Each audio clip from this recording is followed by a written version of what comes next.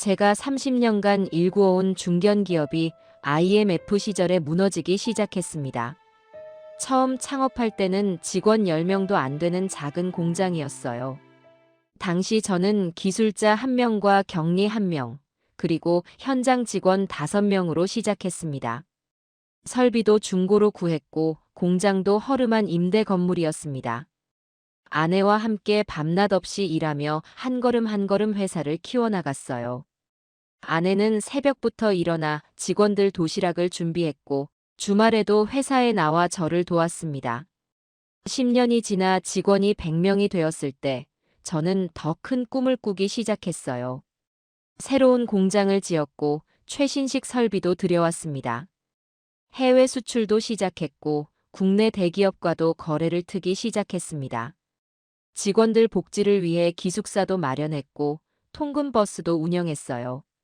20년이 지나자 직원이 200명이 넘었고 지역에서 알아주는 중견기업이 되었습니다. 지역 신문에서는 저를 충청의 자수성가 신화라고 소개했습니다. 중소기업청에서 모범기업 가상도 받았어요.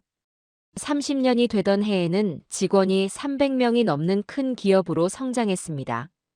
본사 건물을 시내 중심가에 매입했고 해외 지사도 3곳이나 설립했습니다. 은행에서는 저를 VIP 고객으로 모셔갔고 지역 상공회의소에서도 중책을 맡겼습니다. 골프장 회원권만 5개를 보유했고 호텔 레스토랑 VIP룸은 저의 단골 자리가 되었어요. 매달 지역 기업인 모임에서는 제가 좌장을 맡았습니다. 자식들도 최고의 교육을 시켰습니다. 큰아들은 의과대학에 보냈고 미국 연수까지 보냈어요. 명문 대학병원에서 레지던트를 마치고 금방 자기 병원도 차렸습니다. 작은 아들은 법과대학에 보냈고 검사 생활을 몇 년 하더니 변호사 사무실을 차렸습니다. 딸아이는 명문대를 나와 대학 교수와 결혼까지 시켰어요. 결혼식은 시내 최고 호텔에서 했고 신혼여행도 한 달간 유럽으로 보냈습니다. 주위에서는 저를 부러워했습니다. 매일 아침 출근할 때마다 제 가슴은 자부심으로 가득 찼습니다. 사업가로서, 가장으로서 이보다 더 행복할 순 없다고 생각했습니다. 하지만 IMF는 제 인생을 완전히 뒤바꾸어 놓았습니다. 처음에는 대수롭지 않게 생각했어요. 우리 회사는 튼튼하니 버틸 수 있을 거라 자신했습니다. 그러나 거래처들이 하나둘 무너지기 시작했어요. 받아야 할 돈은 받지 못하고 은행 빚은 눈덩이처럼 불어났습니다. 직원들 월급이 밀리기 시작했습니다. 매일 아침 출근하는 게 두려워졌습니다. 쓰러져가는 회사를 바라보는 심정은 차마 말로 표현할 수 없었습니다. 그러던 어느 날 아내가 갑자기 쓰러졌습니다. 뇌출혈이었습니다. 수술실 앞에서 밤새 기도했습니다. 하지만 하늘은 제 기도를 듣지 않았습니다. 수술 후 사흘 만에 아내는 영영 눈을 감고 말았습니다. 장례가 끝나고 회사마저 더는 버틸 수 없는 상황이 되었습니다. 마지막 희망을 안고 큰아들 병원으로 찾아갔습니다. 큰아들은 제 얼굴을 쳐다보지도 않았습니다. 아버지 실패했다는 소문나면 제 병원 이미지 망가져요. 앞으로 이 근처에도 오지 마세요. 경비, 이 노인분 좀 모셔주세요. 병원 경비에게 쫓겨나듯 나왔습니다. 다음 날 작은 아들 법률사무소로 찾아갔습니다. 그러나 사무실은 이미 비어 있었어요. 이웃 사무실에서는 야반도주하듯 이사를 갔다고 했습니다. 전화도 이미 변경된 상태였습니다. 마지막 희망인 딸네 집으로 향했어요. 딸은 저를 보자마자 울음을 터뜨렸습니다. 하지만 사위는 차갑기만 했습니다. 장인어른, 저희 집 이미지도 생각해 주세요. 도움은 드리지 못합니다. 앞으로 오시면 경찰에 신고하겠습니다. 발걸음을 돌리는데 딸이 쫓아나왔습니다. 아빠, 정말 미안해요. 며칠 뒤 딸에게서 문자 한 통이 왔습니다.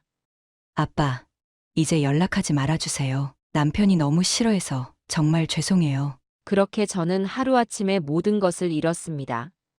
30년간 일구어온 회사도 사랑하는 아내도 그토록 애지중지 키운 자식들도 모두 잃었습니다. 평생을 바쳐 쌓아온 모든 것이 순식간에 모래성처럼 무너져 버렸습니다. 한때는 연말이면 표창장을 받던 자리였는데 이제는 신용불량자가 되었습니다. 명함을 건네며 당당하게 인사하던 자리에서 이제는 고개를 푹 숙이고 다녀야 했습니다. 상공회의소에서는 제명됐고 로터리 클럽에서도 쫓겨났습니다. 골프장 회원권은 빚 갚는데 하나도 안 되었고 VIP 고객이던 은행에선 이제 대출금 독촉만 해댔습니다. 한때는 연말 인사말만 해도 신문에 실리던 제가 이제는 실패한 기업인의 대표 사례가 되어버렸습니다. 매일 아침 거울을 보는 것조차 두려워졌습니다. 인생의 쓴맛을 보고 실패를 겪더라도 가족만 있으면 된다고들 하는데 제게는 그마저도 없었습니다. 하나뿐인 아내는 하늘나라로 가버렸고 자식들은 저를 내팽개쳐버렸습니다. 이제 저는 그저 길거리를 떠도는 실패자가 되었습니다. 회사가 부도나고 모든 재산을 잃은 후 마지막 남은 전셋집마저 빼야 했습니다. 보증금을 모두 빚을 갚는 데 썼더니 정말 아무것도 남지 않았어요. 캐리어 가방 하나에 30년 인생을 담아야 했습니다. 처음에는 한 달 정도만 버티면 될 거라 생각했어요. 찜질방은 하루에 10,000원이면 잘 수 있었습니다. 아침에 일어나면 찜질방 구석에서 라면으로 끼니를 때웠어요. 낮에는 공원을 돌아다니며 시간을 보냈습니다. 저녁이 되면 다시 찜질방으로 돌아왔어요. 찜질방 사물함 하나가 제 옷장이 되었습니다. 한때 넓은 옷장을 가득 채우던 양복들이 이제는 비닐봉지 하나에 담겨 있네요. 일주일이 지나고 한 달이 지나도 상황은 나아지지 않았습니다. 통장 잔고는 바닥을 보이기 시작했어요. 더 이상 찜질방비를 낼 수 없게 되었습니다. 역전 앞 공원 벤치가 제 집이 되었어요. 처음으로 벤치에서 잠을 자던 날, 평생 잊을 수 없을 겁니다. 초여름이었지만 한기가 돌았어요. 캐리어 가방을 베개 삼아 누웠는데 도저히 잠을 이룰 수가 없었습니다. 머리 위로 별들이 반짝였지만 그 어느 때보다도 캄캄한 밤이었어요. 여름이 가고 가을이 왔습니다. 아침 저녁으로 쌀쌀한 바람이 불기 시작했어요. 낙엽이 떨어질 때마다 제 마음도 함께 떨어져 내렸습니다. 겨울이 다가오자 날씨가 더욱 추워졌어요. 눈보라가 치는 날에도 그 벤치를 떠날 수 없었습니다. 신문지를 몸에 덧대고 박스로 이불을 만들었어요. 장갑 낀 손이 꽁꽁 얼어붙던 그날들이었습니다. 지나가는 사람들이 가끔 동전을 던져주곤 했어요. 하지만 저는 절대로 그 돈을 줍지 않았습니다. 구걸은 제 자존심이 허락하지 않았어요. 다행히 근처 교회에서 무료 급식을 제공했습니다. 아침 9시가 되면 따뜻한 국밥을 먹을 수 있었어요. 처음에는 줄을 서는 게 너무 부끄러웠습니다. 혹시 아는 사람을 만날까봐 모자를 깊이 눌렀었어요. 하지만 시간이 지날수록 그런 부끄러움도 사라졌습니다. 같은 처지의 사람들과 이야기를 나누기 시작했어요. 전직 공무원도 있었고 사업 실패한 사장님도 있었습니다. 다들 저마다의 사연을 안고 이곳에 모였네요. 간혹 취객들이 지나가며 조롱을 했습니다. 야, 저기 노숙자 좀 봐. 저러고 사니까 기분 좋냐? 가슴이 미어졌지만 꾹 참았어요. 그들은 인생이 한순간에 뒤바뀔 수 있다는 걸 모르는 겁니다. 밤이면 공원 화장실에서 양치질을 했어요. 옷은 교회에서 나눠주는 헌옷으로 해결했습니다. 세수는 매일 꼭 했어요. 비록 노숙자가 되었지만 최소한의 자존심은 지키고 싶었습니다. 공원 벤치에 앉아 하늘을 보면서 많은 생각을 했어요. 지나가는 까마귀 떼를 보며 내 처지와 비슷하다고 생각했습니다. 아침이면 공원을 청소했어요. 내가 잠든 벤치라도 깨끗하게 관리하고 싶었습니다. 간혹 아침 조깅 나온 사람들이 저를 힐끔거렸어요. 그래도 저는 매일 아침 일찍 일어나 벤치를 쓸었습니다. 제가 쓰는 공간은 제가 깨끗이 해야 한다고 생각했어요. 그렇게 하루하루를 보내면서도 희망을 잃지 않으려 했습니다. 언젠가는 이 시간도 지나갈 거라고 믿었어요. 하지만 그 언젠가가 언제일지는 아무도 몰랐습니다. 매일 밤 잠들기 전 아내 생각이 간절했어요. 당신이 이런 내 모습을 보면 얼마나 가슴 아파할까. 그래도 제가 이렇게라도 살아있어 다행이라고 생각했습니다. 그렇게 길에서 25년을 보내왔습니다. 그러던 어느 추운 겨울날, 시장 골목을 지나가다 달콤한 호떡 냄새를 맡았습니다. 허기가 진 채로 한참을 서성이고 있었어요. 그때 호떡 할머니와 눈이 마주쳤습니다. 할아버지, 추운데 이거라도 한번 드셔보세요. 할머니의 손길이 참 따뜻했습니다. 매일 아침 할머니 가게 앞을 지날 때마다 호떡 하나씩을 건네주셨어요. 혼자서 드시기 심심하시죠? 여기 앉아서 차라도 한잔 하세요. 그렇게 할머니와 이야기를 나누기 시작했습니다. 제 사연을 듣고 난 할머니는 며칠을 고민하시더니 제안을 하셨습니다. 호떡, 장사 배워보실래요? 저도 이제 나이가 들어서. 할머니는 40년간 지켜온 비법을 하나씩 알려주기 시작했습니다. 반죽은 정성이에요. 마음을 담아야 맛있는 호떡이 되는 거예요. 밀가루를 반죽하면서 지난 날들이 떠올랐습니다. 회사 생활, 아내와의 추억, 자식들과의 기억이 반죽 속으로 스며들었습니다. 처음 만든 호떡은 새까맣게 태웠습니다. 괜찮아요. 처음부터 잘하는 사람이 어디 있나요? 다시 해보세요. 할머니의 격려에 힘을 얻어 밤새도록 연습했습니다. 수백 개의 호떡을 만들고 또 만들었습니다. 한 달이 지나자 기본적인 기술을 익힐 수 있었습니다. 할머니는 자신의 오래된 호떡 기계를 선물해 주셨어요. 이제 당신 차례예요. 여기서 새로운 시작을 해보세요. 떨리는 마음으로 첫 장사를 시작했습니다. 첫 손님이 호떡을 먹어보시고는 눈물을 흘리셨어요. 이 호떡에서 뭔가 슬픈 이야기가 느껴져요. 그 말을 듣자 저도 모르게 눈물이 났습니다. 손님들 사이에서 소문이 퍼져나가기 시작했습니다. 저기 할아버지가 만드는 호떡은 뭔가 특별해요. 한 입 먹으면 눈물이 날 것 같은 맛이에요. 그렇게 눈물 호떡이라는 별명이 붙었습니다. 아침 일찍부터 밤늦게까지 호떡을 만들었습니다.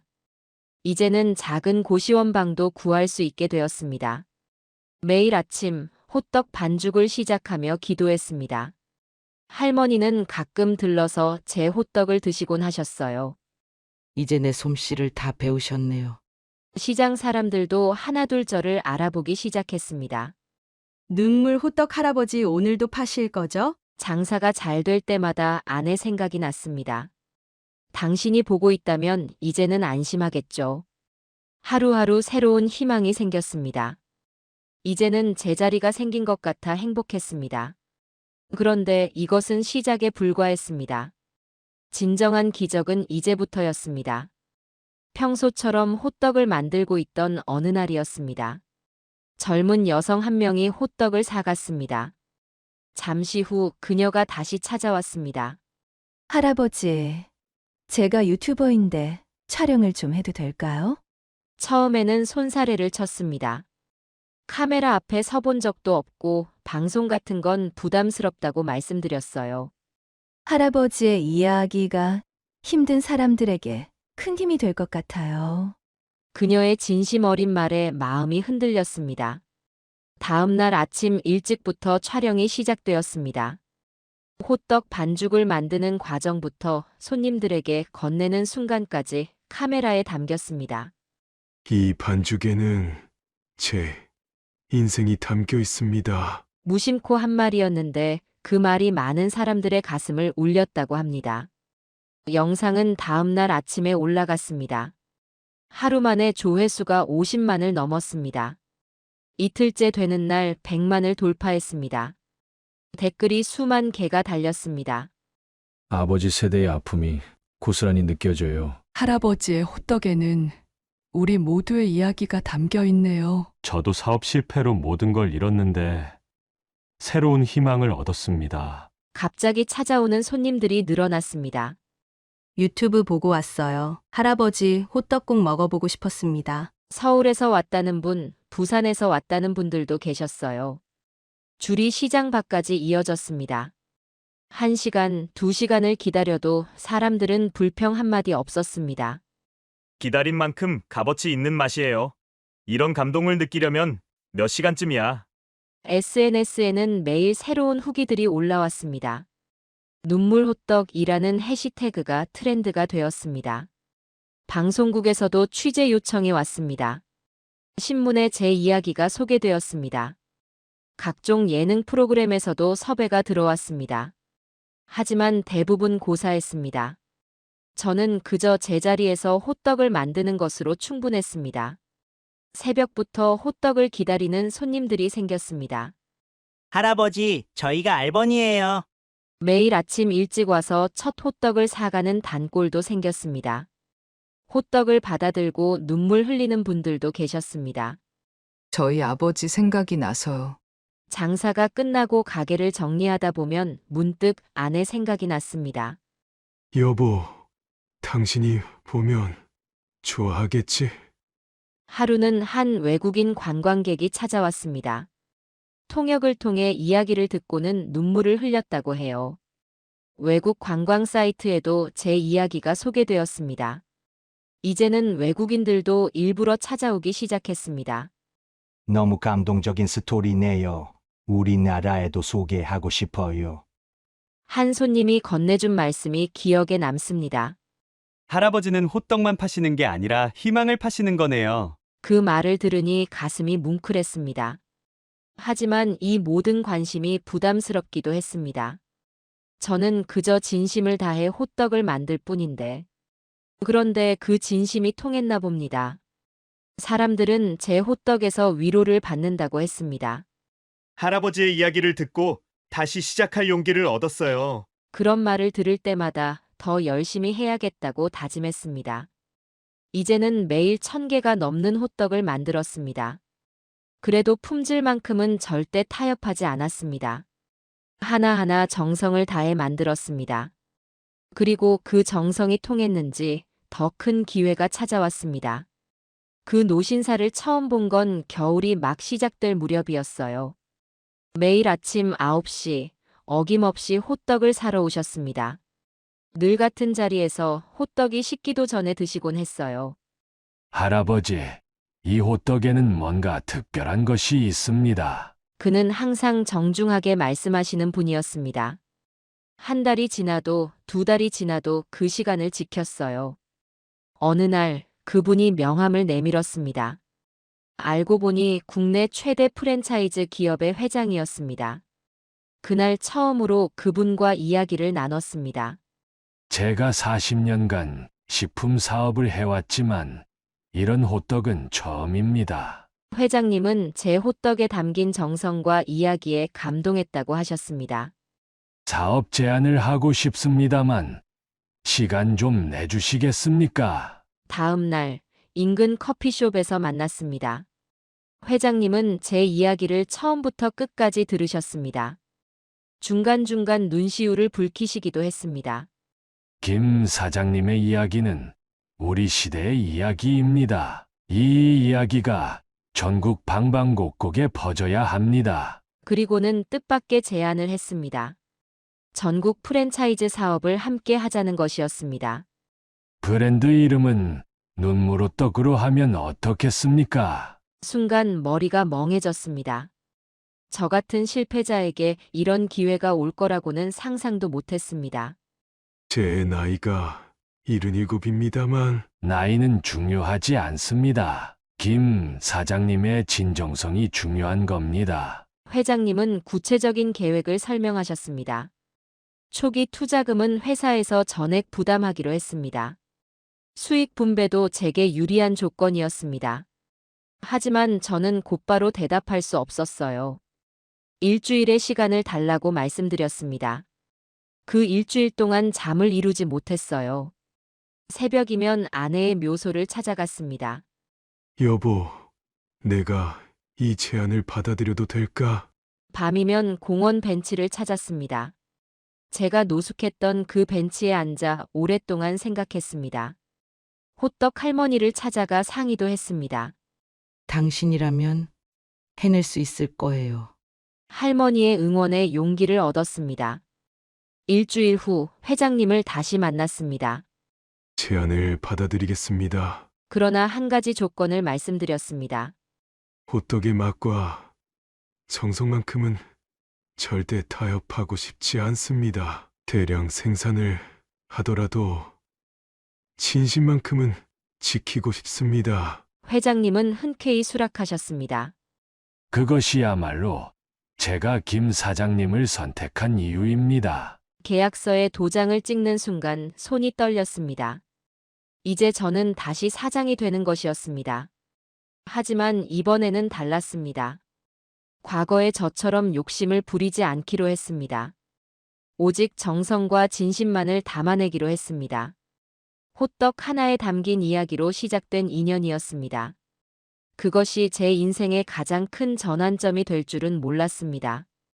회장님은 제게 귀인이 되어주셨습니다. 그리고 저는 그분의 믿음에 보답하기로 마음먹었어요. 이제 제 호떡은 전국 방방곡곡으로 퍼져나갈 것입니다. 그러나 그것은 단순한 확장이 아닌 희망의 전파가 될 것입니다. 저의 두 번째 인생이 시작되는 순간이었습니다. 회장님과의 계약 후 본격적인 사업 준비가 시작되었습니다. 처음 제안받았을 때는 이렇게 큰 프로젝트가 될 줄 몰랐어요. 디자이너들이 수십 개의 로고 시안을 가져왔습니다. 화려하고 세련된 디자인들이었지만 제 마음엔 와닿지 않았어요. 이건 제가 생각하는 진심과는 거리가 먼 것 같습니다. 결국 제가 손으로 직접 그린 호떡 모양을 로고로 정했어요. 삐뚤빼뚤한 그림이었지만 오히려 그 서툰 모습이 더 진정성 있어 보였습니다. 매장 위치를 정하는 일도 쉽지 않았어요. 여러 상권을 분석하고 유동인구를 조사했습니다. 전문가들은 강남이나 홍대 같은 번화가를 추천했어요. 하지만 제 마음은 이미 정해져 있었습니다. 바로 제가 노숙했던 공원 앞 상가 건물이에요. 전문가들은 한 목소리로 반대했습니다. 이 위치는 너무 위험한 선택입니다. 하지만 저는 단호했어요. 제 밑바닥 인생을 잊지 않기 위해서였습니다. 매장 인테리어도 제 고집대로 했어요. 요즘 유행하는 화려한 스타일 대신 정갈하고 담백한 느낌으로 꾸몄습니다. 한쪽 벽에는 작은 전시관을 만들었어요. 제가 노숙할 때 쓰던 박스와 캐리어가 그대로 전시되어 있습니다. 호떡 할머니가 주신 낡은 호떡 기계도 소중히 보관했어요. 직원 채용도 남다른 기준으로 진행했습니다. 화려한 경력이나 학벌은 보지 않았어요. 대신 진정성과 열정을 가진 사람들을 찾았습니다. 노숙자 출신도 있고 한부모 가정의 어머니도 있어요. 장애를 가진 분들에게도 기회를 주었습니다. 면접에서는 이력서 대신 그들의 인생 이야기를 들었어요. 아픔을 겪었지만 포기하지 않은 사람들이었습니다. 직원 교육은 제가 직접 맡았어요. 매일 새벽 4시부터 호떡 반죽을 시작했습니다. 한 명 한 명 손을 잡고 가르쳤어요. 반죽에는 우리의 진심이 담겨야 합니다. 이 호떡은 단순한 음식이 아니에요. 우리는 희망을 만드는 겁니다. 매일 아침 일찍 모여 청소부터 시작했어요. 호떡 만드는 과정을 수백 번도 넘게 설명했습니다. 반죽의 온도, 발효 시간, 굽는 시간까지 하나하나 알려주었어요. 실수해도 괜찮다고, 저도 처음에는 다 태웠다고 격려했습니다. 직원들도 하나둘 마음을 열기 시작했어요. 서로의 아픔을 나누고 위로하며 가족이 되어갔습니다. 매주 토요일이면 품평회를 했어요. 서로의 호떡을 맛보며 의견을 나누었습니다. 한 달이 지나자 직원들의 실력이 눈에 띄게 좋아졌어요. 2달이 지나자 각자의 개성이 담긴 호떡을 만들 수 있게 되었습니다. 드디어 개업날이 다가왔어요. 그날 아침, 저는 떨리는 마음으로 매장 문을 열었습니다. 직원들과 함께 첫 호떡을 만들었어요. 저는 그들의 눈빛에서 진심을 읽을 수 있었습니다. 이제 우리의 가게는 단순한 호떡집이 아닌 희망을 전하는 곳이 되었어요. 새로운 시작, 그것은 우리 모두의 두 번째 인생이었습니다. 첫 매장의 성공은 우리가 예상했던 것보다 훨씬 빨랐어요. 오픈 첫날부터 문전성시를 이뤘고 연일 매스컴의 관심을 받았습니다. SNS와 맛집 블로그에서도 우리 이야기가 화제가 됐어요. 두 번째 매장은 부산에 열게 되었습니다. 부산 시민들이 매일같이 편지를 보내주셨거든요. 할아버지, 부산에도 꼭 와주세요. 우리도 그 맛있는 호떡을 먹고 싶어요. 정말 감사하게도 부산 매장도 대성공이었습니다. 새벽부터 줄을 서서 기다리시는 분들 때문에 마음이 뭉클했어요. 그렇게 대구, 광주, 대전으로 빠르게 매장이 늘어났습니다. 어디를 가든 따뜻하게 맞아주셨어요. 6개월 만에 전국에 50개 매장이 문을 열었고 1년이 지나자 200개를 훌쩍 넘어섰습니다. 하지만 저는 숫자에 연연하지 않았어요. 매장을 늘리는 것보다 중요한 건 우리의 가치를 지키는 일이었거든요. 그래서 모든 매장에서 취약계층 채용 원칙을 지켰습니다. 노숙자 출신, 장애인, 한부모 가정, 탈북민들에게 우선적으로 기회를 드렸어요. 그분들은 누구보다 열심히 일하셨습니다. 자신의 인생을 바꿀 수 있는 마지막 기회라고 생각하셨나 봐요. 각 매장 수익의 20%는 반드시 노숙자 지원에 사용했습니다. 제가 노숙했던 경험이 있으니까요. 그분들의 아픔을 잘 알거든요. 무료 급식소도 운영하고 겨울철 난방비도 지원했어요. 노숙자분들을 위한 기술교육센터도 만들었습니다. 호떡 만드는 기술뿐만 아니라 다양한 직업 훈련을 받으실 수 있게 했어요. 그러다 보니 우리 이야기가 점점 더 큰 관심을 받게 되었습니다. 방송국에서 다큐멘터리를 만들고 싶다고 찾아왔어요. 처음에는 많이 부끄러웠습니다.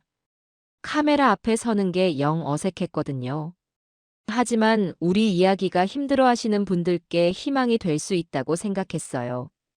그래서 용기를 내어 출연을 결심했습니다. 다큐멘터리는 생각보다 훨씬 더 많은 분들이 봐주셨어요. 시청률이 30%나 나왔다고 하더군요. 방송 이후에는 더 많은 분들이 찾아오셨습니다. 단순히 호떡이 맛있어서가 아니라 우리 이야기에 감동받으셨대요. 각 매장에서는 감동적인 일들이 매일같이 일어났습니다. 어떤 분은 자기도 사업에 실패했었는데 우리 이야기를 듣고 다시 일어설 용기를 얻었다고 하셨습니다. 그럴 때마다 제 마음도 뭉클해졌어요. 호떡 하나로 시작된 작은 기적이 이렇게 많은 분들께 희망이 될 줄은 몰랐거든요. 매주 각 매장의 실적 보고를 받았지만 저는 숫자보다 이런 이야기들이 더 좋았습니다. 우리가 돈을 버는 것도 중요하지만 더 중요한 건 희망을 나누는 일이었으니까요. 그렇게 우리의 눈물 호떡은 단순한 브랜드가 아닌 희망의 메시지가 되었습니다. 제가 성공했다는 소식이 알려지자 자녀들이 하나둘 찾아왔어요. 큰아들이 제일 먼저 찾아왔습니다. 병원 문전 박대했던 그 아들이 이번에는 현관 앞에서 무릎을 꿇었어요. 아버지, 제가 잘못했습니다. 하지만 저는 문을 열어주지 않았어요. 그날 밤 아들은 현관 앞에서 밤을 새웠습니다. 다음 날도 그 다음 날도 찾아왔어요. 매일 똑같은 시간에 와서 무릎을 꿇고 용서를 빌었습니다. 비가 오는 날에도 눈이 오는 날에도 그랬어요. 한 달이 지나도 아들의 방문은 계속되었습니다. 작은 아들은 더 절실했어요. 아예 현관 앞에 텐트를 치고 기다렸습니다. 아버지, 저 이제 도망가지 않을게요. 사람들이 수군거려도 아랑곳하지 않았어요. 추운 겨울 바람을 맞으며 며칠을 그렇게 버텼습니다. 딸은 남편과 함께 찾아왔어요. 그때의 오만했던 사위는 온데간데 없었습니다. 장인어른, 제가 큰 잘못을 했습니다. 딸은 말도 제대로 못하고 눈물만 흘렸어요. 하지만 저는 쉽게 마음을 열 수 없었습니다. 그들이 저를 버렸을 때의 아픔이 너무나 컸거든요. 돈이 없어서가 아니었어요. 마음이 아팠던 거예요. 제가 그들에게 바란 건 큰 돈도 대단한 도움도 아니었습니다. 그저 아버지 힘내세요 라는 한마디면 충분했어요. 하지만 그들은 제게 등을 돌렸습니다. 그래서 저는 조건을 걸었어요. 진정한 반성을 보여주고 싶다면 우리 매장에서 일해보지 않겠나? 자녀들은 깜짝 놀랐습니다. 말단 직원으로 들어와서 처음부터 시작하는 거야.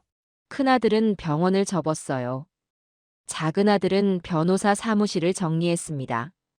딸은 남편과 상의 끝에 흔쾌히 수락했어요. 처음에는 다들 서툴렀습니다. 호떡 반죽 치대는 것부터 배워야 했어요.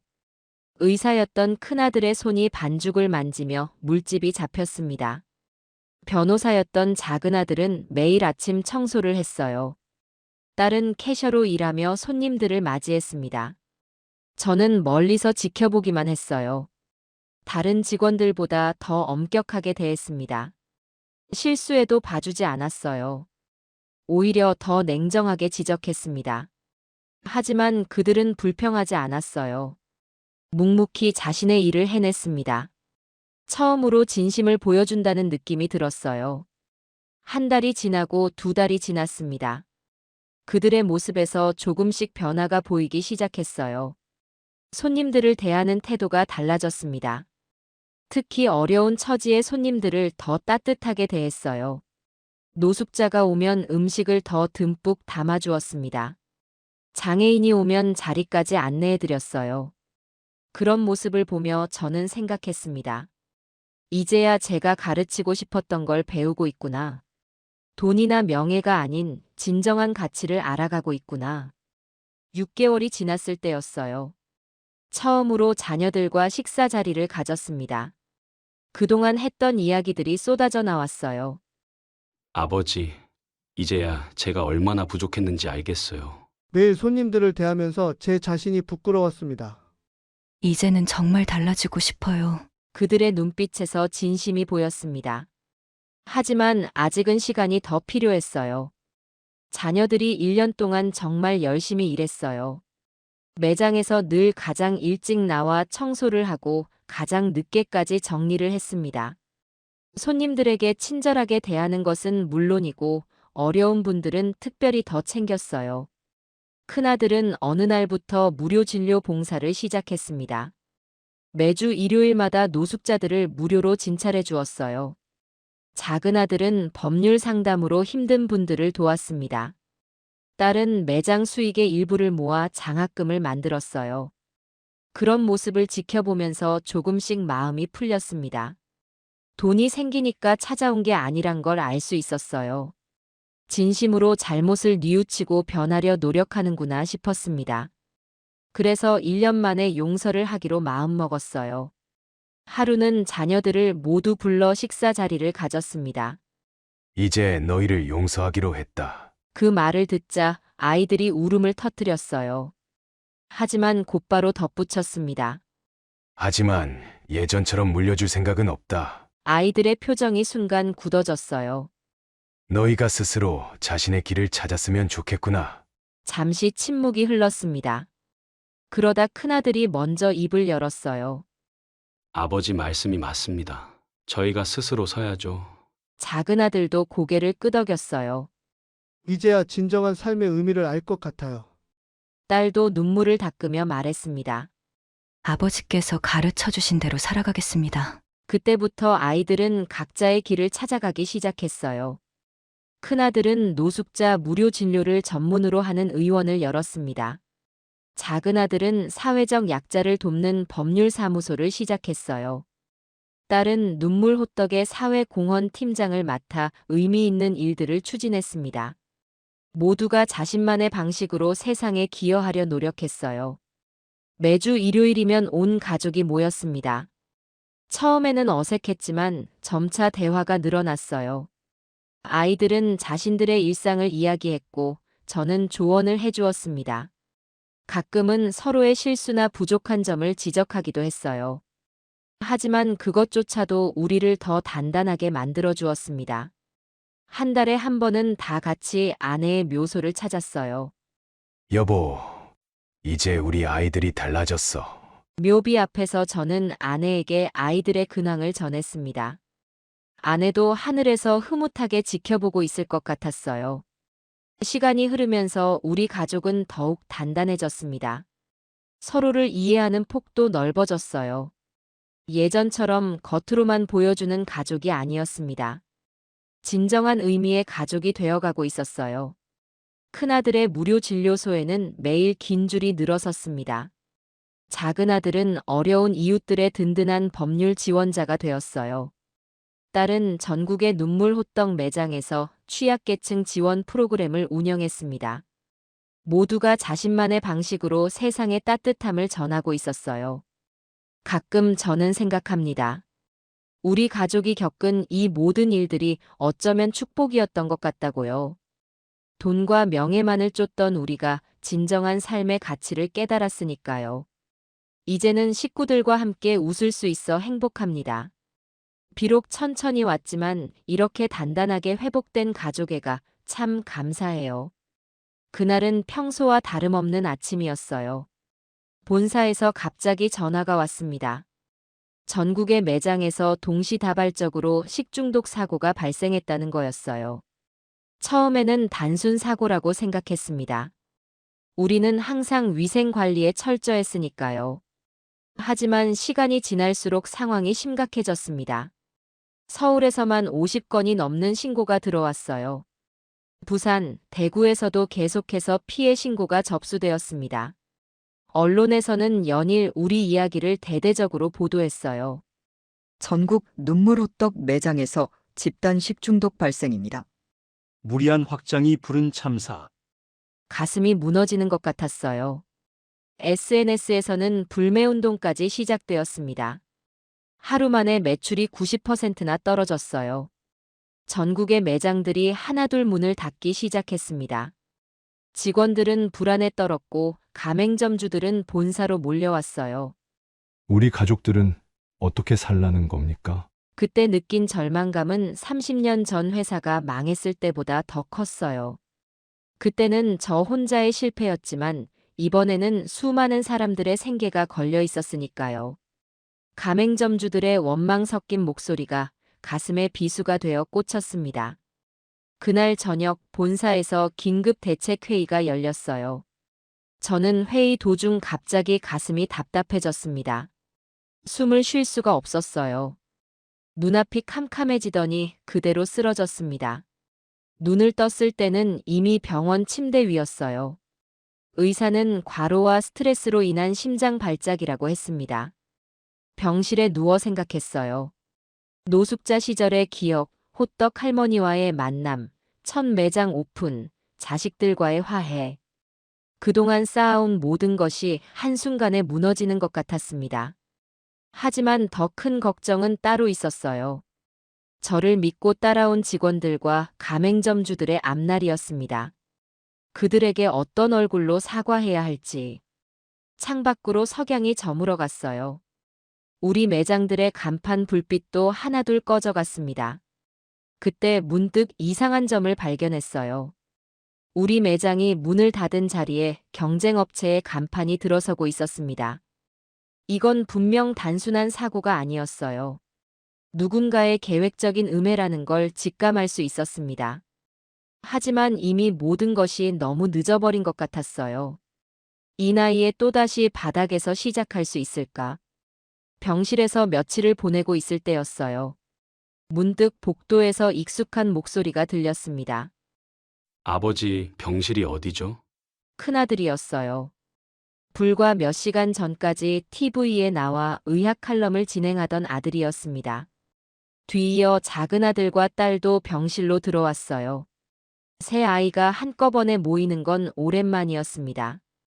아버지, 이제 저희가 나서겠습니다. 큰아들이 먼저 입을 열었어요. 병원 원장직은 이미 사임했습니다. 놀란 표정으로 바라보는 제게 아들이 말을 이었습니다. 이번 식중독 사태 분명 뭔가 이상합니다. 의사인 큰아들의 말에 의하면 같은 시각에 전국적으로 동일한 증상이 나타나는 건 불가능한 일이었어요. 작은 아들도 새로운 사실을 알려주었습니다. 로펌 대표직도 내려놨어요. 이제 아버지 일에만 집중하겠습니다. 법조계에서 알아본 바로는 이미 경쟁업체들이 우리 매장 자리를 노리고 있었다는 거예요. 딸은 홍보 전문가답게 SNS 반응을 분석하고 있었습니다. 댓글 패턴이 너무 획일적이에요. 누군가 조직적으로 여론을 조작하는 것 같아요. 새 아이는 밤새 병실에서 대책을 논의했어요. 처음으로 보는 모습이었습니다. 서로 티격태격하던 그들이 이렇게 한마음이 될 줄은 몰랐어요. 큰아들은 전국 피해자들의 증상을 분석하기 시작했습니다. 의대 교수들과 연락해서 전문가 자문단도 꾸렸어요. 작은 아들은 법적 대응을 준비했습니다. 전국 각지의 매장에서 CCTV 영상을 수집했어요. 딸은 언론사와 SNS 담당자들을 만나며 상황을 설명했습니다. 아버지, 걱정 마세요. 이번엔 저희가 아버지를 지키겠습니다. 그들의 눈빛에서 진심이 느껴졌어요. 예전에 저를 외면했던 그 모습은 온데간데 없었습니다. 하루는 큰아들이 흥분된 목소리로 뛰어왔어요. 아버지, 중요한 단서를 찾았습니다. 각 매장의 CCTV를 분석한 결과 수상한 사람들이 포착되었다는 겁니다. 작은 아들도 법원에 증거 보전 신청을 해놓았다고 했어요. 딸은 피해자들을 직접 만나 진심 어린 사과와 함께 상황을 설명했습니다. 그들은 밤낮 없이 뛰어다녔어요. 자신들의 모든 걸 내려놓고 저를 위해 싸우는 모습이 대견하면서도 마음이 아팠습니다. 괜찮다고 이제 그만하자 했지만 아이들은 더 열심히 뛰어다녔어요. 아버지께서 처음부터 다시 시작하신 것처럼 저희도 할 수 있습니다. 큰아들의 말에 다른 두 아이도 고개를 끄덕였습니다. 어느 날은 새 아이가 병실에서 잠들어 있는 모습을 보았어요. 서류와 노트북을 붙들고 그대로 잠든 모습이었습니다. 문득 그들이 어렸을 때가 떠올랐어요. 그때는 제가 아이들을 지키려 밤새웠는데, 이제는 그들이 저를 지키기 위해 밤을 새우고 있었습니다. 가슴 한켠이 뭉클해졌어요. 위기가 우리 가족을 더 단단하게 만들어주고 있었습니다. 그들의 모습을 보며 생각했어요. 이번에는 절대 포기하면 안 되겠다고. 제가 쓰러진 것이 오히려 다행이었는지도 모릅니다. 이런 식으로라도 우리 가족이 하나가 되었으니까요. 큰아들이 첫 번째 수상한 점을 발견했어요. 전국의 피해자들 증상이 거의 동일했다는 겁니다. 구토, 복통, 어지러움의 순서로 증상이 나타났고 발병 시간도 비슷했어요. 의사인 큰아들은 이게 절대 일반적인 식중독이 아니라고 했습니다. 전국 17개 병원의 의료진들과 함께 피해자들의 검사 결과를 분석했어요. 모든 환자의 혈액에서 특이한 화학물질이 검출되었습니다. 식품의약품안전처에 의뢰해서 정밀 검사도 했어요. 그 결과 산업용 세척제의 일종이라는 것을 알아냈습니다. 이건 우리 매장에서는 절대 사용하지 않는 물질이었어요. 작은 아들은 전국 매장의 CCTV를 분석하기 시작했습니다.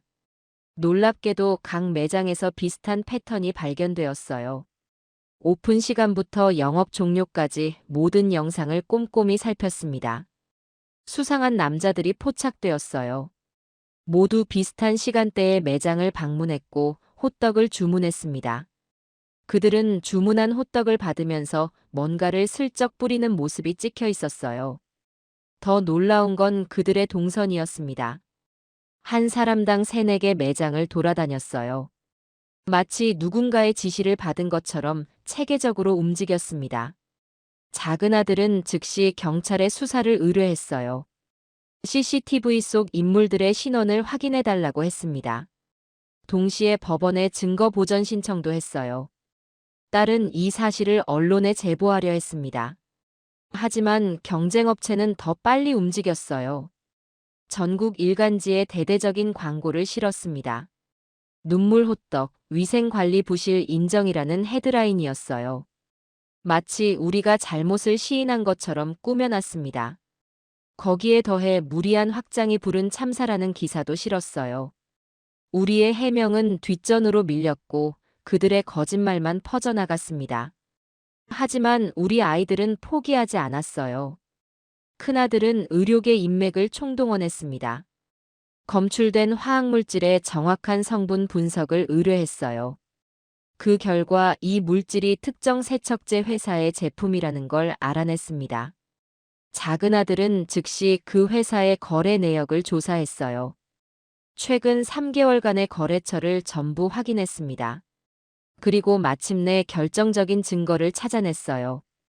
경쟁업체의 계열사가 이 세척제를 대량으로 구입한 내역이었습니다. 게다가 구매 시기가 사고 발생 직전이었어요. CCTV 속 용의자들의 신원도 하나둘 밝혀지기 시작했습니다. 모두 경쟁업체 계열사의 임시직 직원들이었어요. 사고 발생 2주 전에 갑자기 채용된 사람들이었습니다. 이 정도 증거면 충분하다고 생각했어요. 하지만 상대는 대기업이었습니다. 그들은 더 큰 힘을 가지고 있었어요. 우리가 증거를 제시할수록 더 악랄한 방법으로 나왔습니다. 언론에는 연일 우리를 비방하는 기사가 실렸어요. 인터넷에는 악의적인 댓글이 달렸고 심지어 제 과거까지 파헤쳐졌습니다. 전과도 있는 노인네가 무슨 장사야. 처음부터 뭔가 수상했어. 이런 악의적인 댓글들이 쏟아졌어요. 딸은 밤새워 해명 자료를 만들었습니다. 하나하나 진실을 밝히려 노력했어요. 하지만 돈의 힘은 강했습니다. 우리의 목소리는 점점 묻혀갔어요. 그래도 우리 가족은 포기하지 않았습니다. 반드시 진실을 밝히고 말겠다는 일념으로 싸웠어요. 아직 더 큰 싸움이 남아 있었지만 우리는 이미 승리하고 있었습니다. 가족이 하나로 뭉쳤으니까요. 이제 남은 건 시간 문제라고 생각했어요. 그리고 정말 그랬습니다. 우리가 예상하지 못한 반전이 기다리고 있었거든요. 모든 게 힘들어 보였던 그때였어요. 한 통의 전화가 걸려왔습니다. 경쟁업체의 전 직원이라고 자신을 소개한 사람이었어요. 저 사장님의 진실한 모습을 보고 더는 참을 수가 없었습니다. 그는 이 사건의 전말을 알고 있었어요. 처음부터 계획된 일이었다고 했습니다. 경쟁업체 홍보팀 회의실에서 모든 계획이 세워졌대요. 우리가 들어갈 틈이 없다. 저 호떡집을 어떻게든 무너뜨려야 한다. 그들은 치밀하게 계획을 세웠다고 합니다. 임시직 알바를 고용해서 전국 매장에 유해물질을 뿌리기로 했대요. SNS 여론전까지 준비했다고 했습니다. 그는 모든 회의 내용을 몰래 녹음해 두었더군요. 회의록과 계획서도 가지고 있었어요. 더는 이런 나쁜 짓에 동참할 수 없어서요. 양심 고백을 결심하게 된 계기를 들려주었습니다. 자기 아버지가 우리 매장 근처에서 노점을 하시는데 제가 매일 아침 따뜻한 호떡을 건네줬다는 거예요. 그 이야기를 듣고 아버지가 우시면서 말씀하셨대요. 그 할아버지가 바로 그 눈물 호떡 사장님이란다. 그때부터 마음에 걸렸다고 했습니다.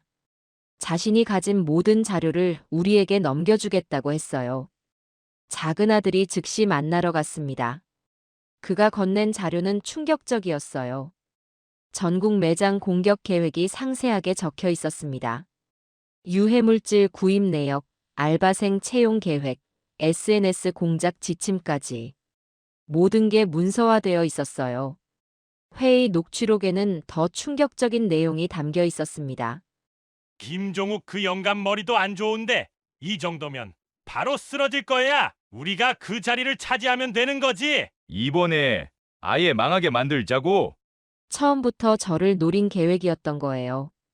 작은 아들은 즉시 검찰에 고발장을 제출했습니다. 언론에도 이 내용을 제보했어요. 처음에는 대형 언론사들이 움직이지 않았습니다. 경쟁업체의 광고 때문이었겠죠. 하지만 인터넷 매체들이 먼저 보도하기 시작했어요. SNS에서도 진실이 퍼져나가기 시작했습니다. 그동안 경쟁업체가 써온 악의적인 기사들이 거짓으로 밝혀졌어요. 사람들의 분노가 폭발했습니다. 이런 비열한 짓을 하다니. 대기업이 힘없는 노인네를 이렇게 음해하다니. 여론이 급격히 바뀌기 시작했어요. 불매운동 해시태그는 경쟁업체를 향하기 시작했습니다. 검찰도 신속하게 수사에 착수했어요. 경쟁업체 본사에 대한 압수수색이 이루어졌습니다. 더 많은 증거들이 나왔어요. 그들의 계획은 생각보다 더 치밀했습니다. 우리 매장을 망하게 만든 뒤 그 자리를 모두 인수할 계획이었어요. 언론에서는 연일 이 사건을 대서특필했습니다. 대기업의 횡포, 을의 눈물 같은 기사들이 쏟아졌어요. 사람들은 우리를 응원하기 시작했습니다. 문 닫았던 매장들이 하나둘 다시 문을 열었어요. 손님들이 줄을 서서 기다렸습니다. 할아버지, 저희가 있잖아요. 이제 더 잘 되실 거예요. 따뜻한 말씀들을 건네주셨어요. 매출은 오히려 예전보다 더 올랐습니다. 눈물 호떡은 이제 단순한 호떡집이 아니었어요. 약자를 위한 희망의 상징이 되었습니다. 경쟁업체는 결국 공식 사과를 했어요. 대표이사가 직접 저희 본사를 찾아왔습니다. 무릎을 꿇고 용서를 빌더군요. 하지만 저는 아직 마음의 준비가 되지 않았습니다. 피해를 본 가맹점주들과 직원들을 위한 보상이 먼저였어요. 결국 그들은 천문학적인 금액의 보상금을 지불했습니다. 우리는 그 돈으로 피해 점주들을 지원했어요. 이제 모든 것이 제자리를 찾아가고 있었습니다. 오히려 이번 일로 우리 브랜드의 가치는 더 높아졌어요. 위기가 기회가 된 거죠. 하지만 이건 시작에 불과했습니다. 더 큰 기회가 우리를 기다리고 있었거든요. 국내에서 위기를 극복하자 해외에서 연락이 오기 시작했어요. 일본의 대형 프랜차이즈 업체들이 특히 적극적이었습니다. 도쿄에서 열린 첫 미팅이 기억나요.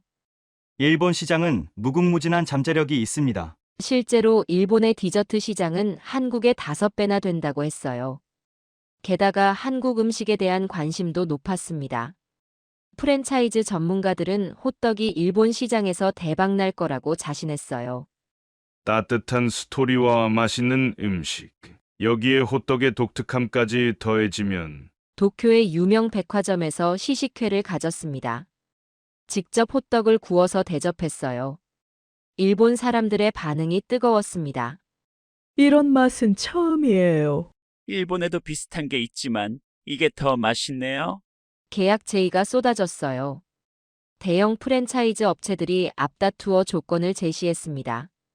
하지만 이상한 점을 발견했어요. 계약서에 레시피와 기술 완전 이전을 요구하는 조항이 있었습니다.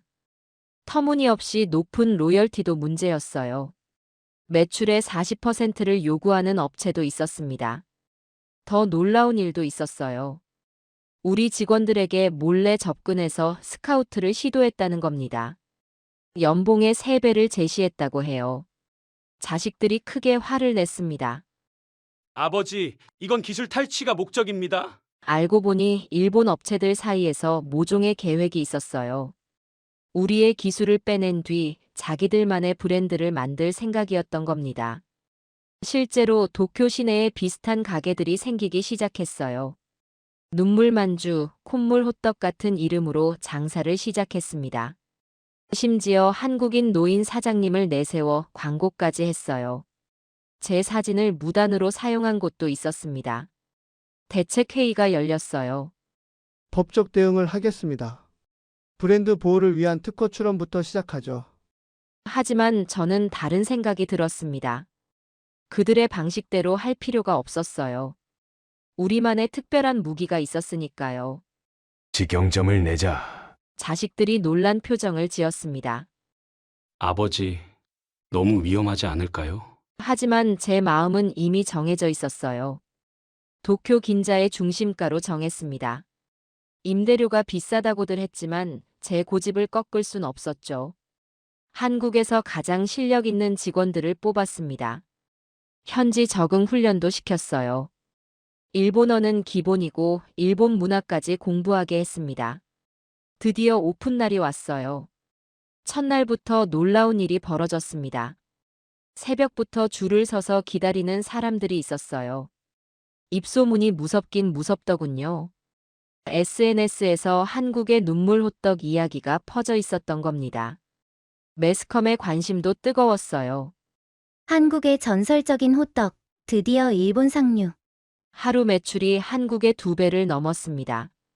현지 업체들은 당황한 기색이 역력했어요. 백기기에만 급급했던 그들의 가게는 하나둘 문을 닫기 시작했습니다. 우리는 곧바로 2번째 매장을 열었어요. 이번에는 오사카였습니다. 도쿄보다 더 큰 성공을 거뒀어요. 석 달 만에 일본 전역에 5개 매장이 오픈했습니다. 모든 매장에서 한국의 맛과 정성을 그대로 지켰어요. 일본 사람들은 우리의 진정성에 감동했다고 합니다. 이제는 중국과 동남아시아에서도 러브콜이 오고 있어요. 하지만 우리는 서두르지 않으려고 합니다. 차근차근 우리만의 방식으로 해나갈 거예요. 긴자 중심가에 매장을 열기로 했을 때 모두가 말렸어요. 임대료가 너무 비쌉니다. 실패하면 손실이 엄청날 거예요. 하지만 저는 확신이 있었습니다. 승부수를 던질 때가 왔다고 생각했거든요. 한국에서 가장 실력 있는 직원들을 불렀습니다. 10년 이상 호떡을 만든 베테랑들이었어요. 한 달 동안 일본어와 일본 문화를 배우게 했습니다. 우리는 한국의 맛과 정성을 그대로 보여줄 겁니다. 드디어 오픈하는 날. 아침 일찍부터 긴 줄이 이어졌어요. SNS를 통해 우리 이야기를 접한 사람들이었습니다. 첫 번째 손님은 2시간을 기다렸다고 해요. 첫 호떡을 맛보는 순간 그분의 눈에 눈물이 고였습니다. 이런 맛은 처음이에요. 입소문이 무서운 속도로 퍼져나갔습니다. 일본의 유명 맛집 블로거들이 찾아왔어요. 한국에서 온 기적의 호떡. 단순한 음식이 아닌 감동의 스토리. 이런 리뷰들이 올라오기 시작했습니다. 매일 아침 오픈 전부터 줄이 길게 이어졌어요. 도쿄 사람들에게 줄 서서 기다리는 건 일상이었나 봅니다. 불평 한마디 없이 몇 시간씩 기다려주셨어요. 하루 매출이 한국의 3배를 넘어섰습니다. 우리를 따라하던 가게들이 하나둘 문을 닫기 시작했어요. 진정성 없는 카피는 오래가지 못했나 봅니다. 2달 만에 투자금을 회수했어요. 곧바로 오사카의 2번째 매장을 열었습니다. 이번에는 더 큰 성공이었어요. 오사카 사람들은 우리 호떡을 더 좋아했습니다.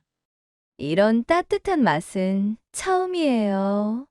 한국의 정을 느낄 수 있어요. 석 달 만에 일본 전역에 10개의 매장이 생겼습니다. 모든 매장에서 한국의 맛을 그대로 지켰어요. 재료도 한국에서 공수했습니다.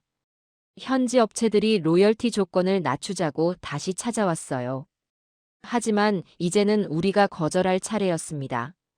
일본의 경제 전문지에서 우리를 다뤘어요. 한국의 작은 호떡집이 일본 시장을 사로잡은 비결. 홍콩과 싱가포르에서도 러브콜이 왔습니다. 대만과 중국의 업체들도 계약을 제안했어요. 아시아를 대표하는 디저트 브랜드가 될 거라고들 했습니다. 하지만 저는 아직도 매일 아침 첫 호떡을 직접 굽습니다. 성공에 취해 초심을 잃고 싶지 않았거든요. 일본 매장의 직원들도 이제는 가족이 되었습니다. 매달 한 번씩 모여서 품평회를 해요. 서로의 경험을 나누고 더 나은 방법을 찾아갑니다. 때로는 실수도 있고 힘든 일도 있지만 우리는 함께 이겨내요. 얼마 전에는 특별한 손님이 찾아왔습니다. 우리를 베끼려 했던 업체의 사장이었어요. 진심은 베낄 수 없다는 걸 이제야 깨달았습니다. 그 말을 들으니 웃음이 났습니다. 이제 우리는 더 큰 꿈을 꾸고 있어요. 아시아를 넘어 전 세계로 진출할 계획입니다. 하지만 절대 서두르지 않을 거예요. 한 걸음 한 걸음 진심을 담아 나아갈 겁니다. 호떡 하나에 시작한 작은 이야기가 이제는 세계로 뻗어나가고 있어요. 그저 감사할 따름입니다.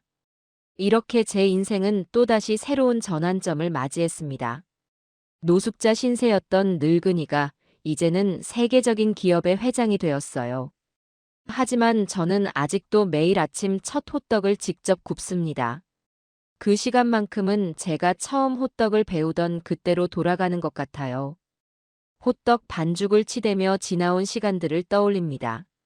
30년 회사 생활, 아내와의 이별, 자식들의 배신, 공원 벤치에서 보낸 차가운 밤들.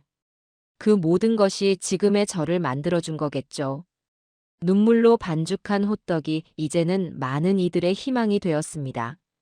실패해도 다시 일어설 수 있다는 걸 보여주고 싶었어요. 인생은 끝날 때까지 끝난 게 아니라는 걸 증명하고 싶었습니다. 지금도 전국 각지에서 수많은 사람들이 저의 이야기를 듣고 새로운 도전을 시작한다고 해요. 그들에게 제 이야기가 작은 불빛이 되었다면 그것으로 충분합니다. 이제는 자식들과도 진정한 가족이 되었어요. 돈이나 명예가 아닌 진정한 사랑과 이해로 하나가 된 겁니다. 제 인생의 마지막 장이 이렇게 아름다워질 줄은 몰랐어요. 하늘에서 아내도 흐뭇하게 바라보고 있을 것 같습니다. 여보, 우리가 꿈꾸던 것보다 더 큰 행복이 찾아왔네. 이제 저는 매일 감사하는 마음으로 하루를 시작합니다. 호떡 하나로 시작된 작은 기적이 이렇게 큰 희망이 될 줄 누가 알았을까요? 인생은 참 묘한 것 같아요. 끝이라고 생각한 순간이 새로운 시작이 되고 가장 힘들었던 시절이 가장 큰 축복이 되었으니까요. 저는 오늘도 첫 호떡을 굽습니다. 그 속에 사랑과 희망을 담아서요. 제가 동네에서 제법 유명한 중식당, 행복반점에서 일한 지가 벌써 10년이 넘었습니다. 처음에는 그저 용돈이나 벌자는 마음으로 시작했던 일이었는데 어느새 이렇게 오랜 시간이 흘렀네요. 행복반점 자장면은 이 동네에서 제일이야. 늘 그렇게들 말씀해 주시니까 더 열심히 일하게 되더군요. 아침이면 제일 먼저 나와서 가게 문을 열고 바닥도 쓸고 닦고 테이블도 정리하고 그렇게 하루를 시작했어요. 선자 씨가 출근하면 우리 가게가 반짝반짝해져요. 사장님이 늘 그렇게 말씀하시곤 했죠. 젊었을 때는 정말 바쁘게 움직였어요. 한 번에 10그릇도 거뜬히 나르고 주방 일까지 도맡아 했었죠. 우리 가게 10년 터줏대감이야. 없어서는 안 될 사람이지. 주방장님도 저를 그렇게 인정해 주셨어요. 아침부터 밤까지 쉬지도 않고 일했죠. 손님이 많은 날은 서서 일한 시간이 12시간이 넘을 때도 있었어요. 선자 씨 잠깐 앉아서 쉬었다 해. 동료들이 그렇게 말해도 쉬지 않고 일했답니다. 여름이면 땀이 비오듯 했고 겨울이면 관절이 쑤셨지만 그때는 허리가 아프다, 다리가 붓는다 이런 말도 없었어요. 선자 씨는 정말 부지런해요. 젊은 사람들도 선자 씨만큼은 못해. 그런 말을 들을 때마다 더 힘이 났었죠. 배달도 많이 했어요. 비가 오나 눈이 오나 더운 날이나 추운 날이나 오토바이를 타고 이 동네 저 동네 다니면서 음식을 배달했죠. 그런데 말이죠. 요 몇 년 사이 몸이 예전 같지가 않더군요. 처음에는 그냥 피곤한가 보다 했어요. 하지만 점점 더 심해졌습니다. 아침에 일어날 때면 허리가 뻐근해서 한참을 앉아 있어야 했어요. 어휴, 이제 나이가 드나 보다. 그렇게 혼자 중얼거리면서도 일은 계속했죠. 한 번은 이런 일도 있었습니다. 설거지를 하고 있는데 갑자기 어지러워서 그대로 주저앉을 뻔했어요. 선자 씨 괜찮아요. 얼굴이 너무 하얗네. 주방장님이 놀라서 저를 부축해 주셨죠. 그날은 구급차까지 불렀어요. 혈압이 많이 높다고 하더군요. 이러다 쓰러지면 어쩌려고 그래요? 병원부터 가봐요. 사장님이 걱정스러운 목소리로 말씀하셨어요. 그날 이후로 자주 어지러움이 찾아왔어요. 병원에 가보니 온갖 검사를 다 하더군요. 관절도 많이 닳았고 허리 디스크도 있네요. 나이도 있으시니 무리하면 안 됩니다. 의사 선생님 말씀이 그랬어요. 특히 오래 서 있으면 다리가 푹푹 쑤시고 발목이 퉁퉁 부어올랐습니다. 압박 스타킹도 신어보고 파스도 붙여보고 안 해본 게 없었어요. 밤에는 온몸이 쑤셔서 잠도 제대로 못 이루게 됐어요. 누워있어도 허리가 아파서 이리저리 뒤척이다가 겨우 잠이 들면 어느새 아침이 오고. 선자 씨 요새 많이 힘들어 보여요. 좀 쉬세요. 직원들이 걱정스러운 눈빛으로 말했어요. 아침에 일어나는 게 가장 큰 고통이었어요. 알람 소리에 겨우 눈을 떠도 몸이 말을 듣지 않았거든요. 아이고, 허리야. 매일 아침 이렇게 한숨부터 나왔습니다. 진통제를 먹어도 소용이 없었어요. 한의원도 다녀보고 정형외과도 가보고 안 가본 병원이 없을 정도였죠. 화장실 가는 것도 힘들어서 변기에 앉았다 일어날 때면 누군가의 도움이 필요할 정도였어요. 계단을 오르내릴 때는 정말 죽을 맛이었습니다. 한 계단 한 계단이 그렇게 높아 보일 수가 없었어요. 손님들 음식 나르는 것도 점점 힘들어졌어요. 선자 씨, 내가 들고 갈게요. 직원들이 그렇게 말하면 괜히 눈물이 나려고 했죠. 그래도 참고 일했습니다. 하지만 점점 더 버거워졌어요. 설거지를 하다가도 그릇을 떨어뜨리는 일이 잦아졌고 음식을 나르다가 쏟을 뻔한 적도 여러 번이었습니다. 선자 씨, 요즘 많이 힘들어 보여요. 무슨 일 있어요? 어느 날 사장님께서 따로 불러 걱정스러운 눈빛으로 물으시더군요. 요즘 선자 씨가 일하다 자주 쉬는 것 같아서 몸이 많이 안 좋나요? 사장님은 제가 쉴 때마다 지켜보고 계셨나 봐요. 한참을 망설이다가 말씀드렸습니다. 사장님, 제가 나이가 들어서 그런지 예전만큼 일을 못하겠어요. 눈물이 날 것 같았지만 꾹 참았습니다. 몸이 자꾸 아프고 어지럽고 다리도 자주 붓고 한숨을 쉬면서 계속 말씀드렸어요. 밤에 잠도 잘 못 자고 아침에 일어나기도 힘들고 계단 오르내리는 것도 너무 힘들어요. 병원은 가보셨어요? 사장님이 걱정스러운 목소리로 물으셨어요. 네. 여러 병원을 다 가봤어요. 의사 선생님들이 뭐라고 하던가요? 일을 줄이라고, 휴식이 필요하다고. 제 말을 듣고 계시던 사장님은 잠시 생각에 잠기셨어요. 선자 씨, 그동안 고생 많았어요. 10년 동안 우리 가게를 이만큼 키워준 게 다 선자 씨 덕분이에요. 그러시면서 제 손을 잡아주셨습니다. 솔직히 말씀드리면 제가 하나 생각한 게 있어요. 조심스럽게 말씀드렸습니다. 그래서 말인데 평일에만 일하고 주말은 쉬면 어떨까 해서요. 사장님은 잠시 생각하시더니 흔쾌히 허락해 주셨습니다. 당연하죠. 선자 씨도 이제 좀 쉬어가면서 일하세요. 주말에는 푹 쉬고 평일에만 나오세요. 정말 그래도 될까요? 그럼요. 주말에는 다른 직원들이 하면 되죠. 그렇게 저는 평일 직원이 되었습니다. 아침 10시부터 저녁 6시까지 하루 8시간만 일하기로 했어요. 서서 일하는 건 여전히 쉽지 않았지만 주말만큼은 제대로 쉴 수 있다는 생각에 마음이 한결 가벼워졌습니다. 그래도 서서 일하는 건 여전히 쉽지 않았습니다. 하지만 두 자식 명진이와 명선이를 혼자 키워낸 자부심으로 버텨냈습니다. 33살의 아들 명진이는 대기업에서 승승장구하고 있었고 30살의 딸 명선이는 유명 입시학원에서 국어를 가르치고 있었죠. 두 아이 모두 좋은 배우자를 만나 결혼도 하고 이제는 각자의 가정을 꾸리고 있었어요. 명진이는 7살, 5살 된 아들이 둘 있고 명선이는 4살 된 예쁜 딸아이가 있었죠. 주말이 되면 정말 행복했어요. 늦잠도 실컷 자고 TV도 보고 좋아하는 드라마도 실컷 봤습니다. 가끔은 시장에 가서 반찬거리도 사고 집 안 청소도 하면서 여유롭게 보냈죠. 아침에는 늦게까지 푹 자고 일어나서 여유롭게 아침도 먹고 좋아하는 음악도 들으면서 쉬었어요. 주말이면 찜질방도 가면서 정성껏 돌봐주었죠. 그렇게 평화로운 날들이 이어졌습니다. 하지만 그때는 몰랐어요. 이 평화가 오래가지 않을 거라는 걸. 제 마음 편한 주말이 얼마 남지 않았다는 걸. 변화는 6개월 전부터였어요. 어느 금요일 저녁 큰아들 명진이한테서 전화가 왔습니다.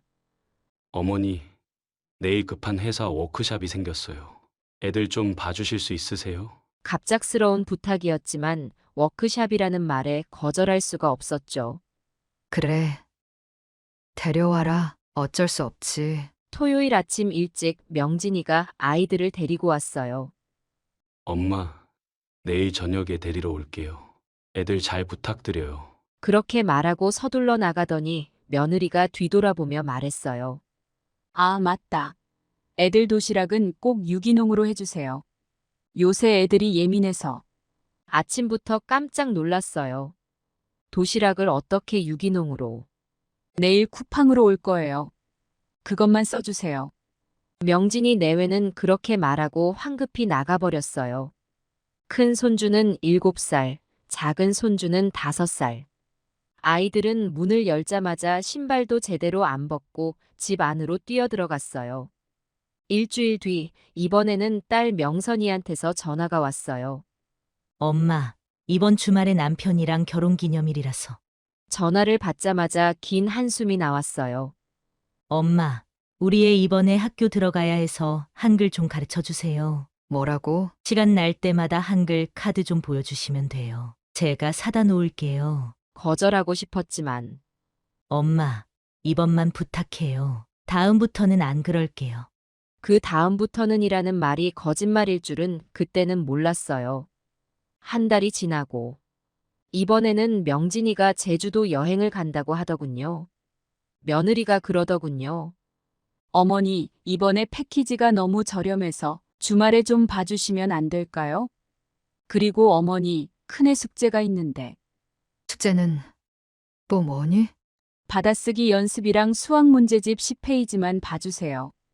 가방에서 문제집을 꺼내보니 한숨이 절로 나왔어요. 이게 10페이지가 아니라 100페이지는 되겠네. 애들이 할머니랑 있을 때 조금씩만 하면 돼요. 명진이 내외는 그렇게 말하고 가버렸어요. 그 다음 주는 명선이가 엄마, 친구들이랑 강원도 가기로 했어요. 토요일 하루만. 하루만이라고? 네. 아, 그리고 애가 요새 입맛이 없어서. 순간 가슴이 철렁했어요. 특별식으로 해주셔야 할 것 같아요. 특별식이라니? 된장국은 멸치 말고 조개로 우려서, 밥은 현미랑 흑미 섞어서. 길게 이어지는 주문사항에 머리가 지끈거렸어요. 한 달에 한 번씩 보던 손주들을 이제는 2주에 한 번 보게 됐어요.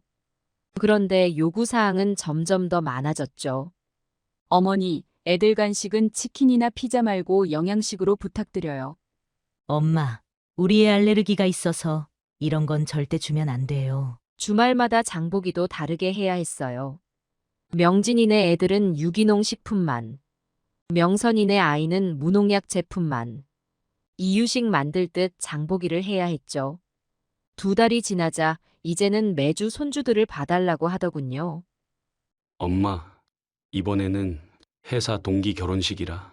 엄마, 이번에는 남편 가족들이랑 여행 가기로 해서. 매주 다른 이유를 대면서 아이들을 맡기는 게 당연해졌어요. 그러다가 어느 날은 어머니, 애들 중국어 과외 선생님이 토요일에만 되신대요. 뭐라고? 1시간만 수업하러 오실 거예요. 어머니는 옆에서 애들 좀 봐주시고. 이제는 주말에 과외까지. 스트레스가 너무 심해져서 밤에 잠도 못 이루게 됐어요. 금요일만 되면 가슴이 두근거리고. 내일은 또 뭘 시키려나? 이번엔 무슨 핑계를 대려나? 이런 생각에 잠을 못 잃었죠. 평일에는 일하느라 힘든데 주말에는 이런 스트레스로 몸이 더 망가져갔어요. 선자 씨, 얼굴색이 왜 이렇게 안 좋아요? 월요일만 되면 사장님이 걱정스러운 얼굴로 물으셨죠. 자식들은 제 사정은 모른 채. 엄마가 계셔서 너무 좋아요. 우리 엄마는 손주 보는 게 낙이잖아. 서로 자랑하듯 그런 말을 하더군요. 하지만 전 점점 지쳐갔어요. 허리 통증은 날이 갈수록 심해지고, 무릎은 계단 오르내리기도 힘들 정도로 아프고, 밤에는 걱정에 시달리고, 아침에는 피곤해서 일어나기도 힘들고, 그렇게 매일매일이 지옥 같았어요. 선자 씨 병원은 가봤어요. 직장 동료가 걱정스럽게 물었죠. 가봤어. 스트레스성 위염이래. 약을 먹어도 나아질 기미가 보이지 않았어요. 왜냐하면 스트레스의 원인이 없어지지 않았으니까요. 매주 금요일만 되면 어머니, 이번 주말에도 그 전화만 들어도 속이 울렁거리고 어지러웠어요. 자식들의 요구사항은 점점 더 많아졌고, 어머니, 애들 책도 읽어주시고 영어 CD도 들려주시고 엄마, 우리의 피아노 연습도 시켜주시고. 이제는 보모가 된 것 같았어요. 아니, 보모보다 더 심했죠. 보모는 적어도 월급이라도 받잖아요. 전 그저 우리 엄마니까. 그 말 한마디에 모든 걸 참아내야 했답니다. 자식들은 하루가 다르게 색다른 요구를 했어요. 어머니, 애들 간식은 직접 만든 거로 해주세요. 과자나 과일만 주면 안 돼요. 영양가 있는 걸로. 그래서 주말이면 과일 깎고 찐 고구마 하고 심지어 김밥도 싸고 샌드위치도 만들어야 했어요. 엄마, 우리의 이유식처럼 재료 하나하나 다 써서 해줘요. 메뉴 적어놨어요. 그대로만 해주세요. 냉장고에 붙어있는 메뉴판을 보면 한숨만 나왔죠. 채소는 따로 쪄서 으깨고, 육류는 기름기 쫙 빼고, 견과류는 갈아서 넣고. 식당에서 일하는 것보다 더 힘들었어요. 밤에는 악몽에 시달렸어요. 할머니, 이건 싫어. 할머니가 해준 거 맛없어. 꿈에서도 손주들이 투정 부리는 소리가 들렸죠. 잠에서 깨면 온몸이 땀으로 젖어 있었어요. 이러다가 내가 잘못될 것 같아. 거울을 보면 얼굴이 초췌해져 있었어요. 살도 빠지고 눈도 움푹 들어가고 한 달 새 몇 살은 더 늙어 보이더군요. 평일에도 일이 손에 잡히지 않았어요. 손자씨, 오늘도 그릇 깨뜨렸네요. 주방장님이 걱정스러운 목소리로 말씀하셨죠. 죄송해요. 제가 요즘 정신이 없어서. 그러면서도 퇴근할 때면 또 다른 걱정이 시작됐어요. 내일은 무슨 핑계로 애들 맡기려나. 이번엔 또 무슨 요구를 할까. 가슴이 답답하고 숨이 막혔어요. 밤마다 진통제를 먹어야 잠들 수 있었죠. 그러다 보니 위장도 망가지고 선자씨, 이러다 큰 병 나겠어요. 동료들의 걱정 어린 말이 하루 이틀이 아니었어요. 하지만 자식들은 엄마, 이번에는 친구들이랑 골프 약속이 있어서. 엄마, 내일 남편이랑 지방 가야 해요. 매주 새로운 이유로 전화가 왔어요. 이제는 금요일만 되면 전화기를 보는 것도 싫어졌어요. 발신자 표시에 자식들 번호만 떠도 가슴이 철렁했죠. 나는 이제 정말 지쳤어. 혼자 중얼거리면서 눈물이 났어요. 그렇게 저의 평화로운 주말은 완전히 끝이 났답니다. 이제는 돌아올 수 없는 강을 건넌 것 같았어요. 주말마다 맡겨지는 아이들 때문에 제 건강은 급속도로 나빠졌어요. 청소하랴, 빨래하랴, 설거지하랴. 거기에 숙제 봐주고, 특별식 해주고, 간식 만들고. 쉴 틈이 없었죠. 할머니, 내 양말 어디 갔어? 할머니, 나 화장실. 할머니, 배고파. 아이들은 저를 로봇처럼 여겼어요. 한 번은 이런 일이 있었어요. 큰 손주가 부엌 선반에 올라가다가 그릇을 깨뜨린 거예요. 안 돼. 제가 소리를 지르기도 전에 쨍그랑 소리와 함께 깨진 그릇 조각이 아이의 발등을 베고 말았어요. 으앙. 아이의 울음소리에 가슴이 덜컥 내려앉았죠. 불이 나게 병원으로 달려갔어요. 할머니가 아이를 제대로 못 봐서 이런 일이 생겼네요. 간호사의 말이 가슴에 비수가 되어 꽂혔어요. 그날 저녁 명진이 부부가 병원으로 왔죠. 어머니, 애들 다치면 어떡해요? 좀 더 신경 써서 봐주세요. 며느리의 말에 아무 대꾸도 할 수 없었어요. 저도 얼마나 놀라고 가슴이 아팠는지. 하지만 그들은 제 마음은 전혀 헤아리지 않았죠. 그 일이 있고 나서부터 자식들의 요구는 더 심해졌어요. 엄마, 애들 장난감은 다 소독하고 써야 해요. 물과 세제를 5대1로 섞어서 닦아주시면 돼요. 이제는 소독 전문가가 된 것 같았어요. 장난감뿐만이 아니었죠. 어머니, 애들 옷은 반드시 삶아서 빨아주세요. 손빨래로 해주시고 섬유유연제는 절대 쓰면 안 돼요. 빨래만 하는데도 하루가 다 가더군요. 설상가상으로 아이들은 옷을 자주 갈아입었어요. 더워. 옷 갈아입을래. 이거 싫어. 저거 입을래. 하루에 서너 번씩 옷을 갈아입히니 빨래가 산더미였죠. 주말이면 베란다에 빨래가 걸리고 장난감들은 소독하느라 거실 바닥에 널려 있고 제 집이 아닌 것 같았어요. 어느 날은 명선이가 이런 말을 하더군요. 엄마, 우리의 이유식 그릇은 중탕해 주세요. 아니, 이걸 매번 어떻게 이렇게까지 하냐고 하려는데 요새 육아 트렌드가 그래요. 엄마는 몰라서 그러시겠지만 한숨만 나왔어요. 애들 먹을 물도 보통 물이 아니었어요. 수돗물은 절대 안 되고 정수기물도 안 돼요. 생수도 특정 브랜드만 줘야 해요. 심지어 아이들 방에 온도계와 습도계까지 달아야 했어요. 실내 온도는 23도, 습도는 50%로 맞춰주세요. 애들이 예민해서 이거 안 지키면 감기 걸려요. 그러면서 매일같이 체크하라고 하더군요.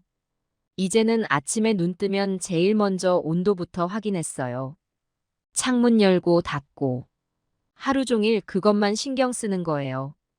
또 어느 날은 엄마, 이제 애들 방에서 절대 휴대폰 하시면 안 돼요. 전자파가 애들한테 안 좋대요. 전화도 마음대로 못 받게 되었어요. 그러다가 중요한 전화라도 놓치면 엄마는 왜 전화를 안 받으세요? 이런 말을 들어야 했죠. 주말이면 이제 아예 손님도 못 오게 했어요. 엄마, 다른 사람들이랑 접촉하면 애들한테 병균 옮길 수 있어요. 특히 요새 같은 때는 조심해야 해요. 그렇게 말하면서도 자기들은 여행 다니고 그 모순된 상황이 저를 더 힘들게 했어요. 몸이 아파서 정형외과에 갔더니 무릎 연골이 많이 닳았네요. 허리 디스크도 심각한 상태고요. 의사 선생님 말씀이 심각하셨어요. 과격한 운동이나 힘든 일은 피하셔야 합니다. 하지만 그게 말처럼 쉽지 않았죠. 아이들은 제 건강 상태와는 상관없이 할머니 업어줘. 할머니 안아줘. 이런 요구를 계속했으니까요. 거절하면 울고 불고 떼를 쓰고 결국 아픈 몸을 이끌고 아이들을 안아야 했어요. 밤이 되면 온몸이 쑤시고 아파서 진통제 없이는 잠들 수가 없었어요. 그런데 자식들은 엄마, 우리가 이렇게 자주 맡기는 게 미안하긴 한데 엄마도 손주 보는 재미로 사시는 거 아니에요? 이런 말들을 아무렇지도 않게 하는 거예요. 점점 더 지쳐가는 제 모습이 보였어요. 거울 속에는 제가 아닌 다른 사람이 있는 것 같았죠. 소파에 앉아 있어도 허리가 아파서 오래 있지 못하고 계단은 한 계단 한 계단이 지옥 같았어요. 하지만 자식들의 전화는 계속 왔답니다. 엄마, 이번 주말에도 그 말을 듣는 순간 갑자기 어지러움이 확 몰려왔어요. 화장실로 달려가 세면대를 붙잡고 쓰러질 듯 서 있는데 엄마, 들리세요? 전화기 너머로 명선이 목소리가 들렸어요. 그래. 간신히 대답은 했지만 속이 메스꺼워서 말도 제대로 못했어요. 그럼 토요일 아침 일찍에 데려다 줄게요. 제 대답도 듣기 전에 전화를 끊어버리더군요. 화장실 거울을 보니 얼굴이 하얗게 질려 있었어요. 병원에서 처방받은 약을 먹고 겨우 진정이 됐죠. 그날 밤 잠을 이루지 못하고 생각했어요. 내가 언제까지 이렇게 살아야 하나. 이러다가 정말 큰 병이 나면 어쩌나. 식은땀을 흘리며 뒤척이다가 겨우 잠이 들었는데 새벽에 극심한 통증으로 눈을 떴어요. 허리가 아파서 움직일 수가 없었어요. 전화기를 더듬어 119에 전화를 했죠. 허리 디스크가 터질 것 같아서 그러는데. 응급실에 실려갔어요. 의사 선생님 말씀이 이대로 가다간 수술은 불가피해요. 당분간 절대 안정이 필요합니다. 하지만 그날도 어김없이 자식들의 전화가 왔어요. 엄마, 들리세요? 이번 주말에 전화기를 붙잡은 손이 떨렸어요. 미안하지만 이번엔 좀. 말을 채 끝내기도 전에 명진이가 말했어요. 이번엔 정말 중요한 약속이에요.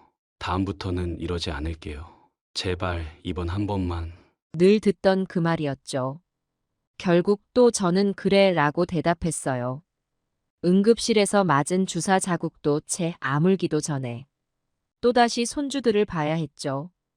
이제는 아이들 목소리만 들어도 가슴이 두근거리고 현관문 소리만 들어도 숨이 막힐 것 같았어요. 밤마다 악몽에 시달렸죠. 할머니, 할머니. 아이들이 저를 부르며 쫓아오는 꿈. 소리를 지르며 깨면 온몸이 땀으로 젖어 있었어요. 약을 먹어도 소용이 없었어요. 병원에서 받은 수면제도, 한의원에서 지은 한약도, 아무것도 저를 편하게 해주지 못했답니다. 그렇게 지옥 같은 날들이 이어졌어요.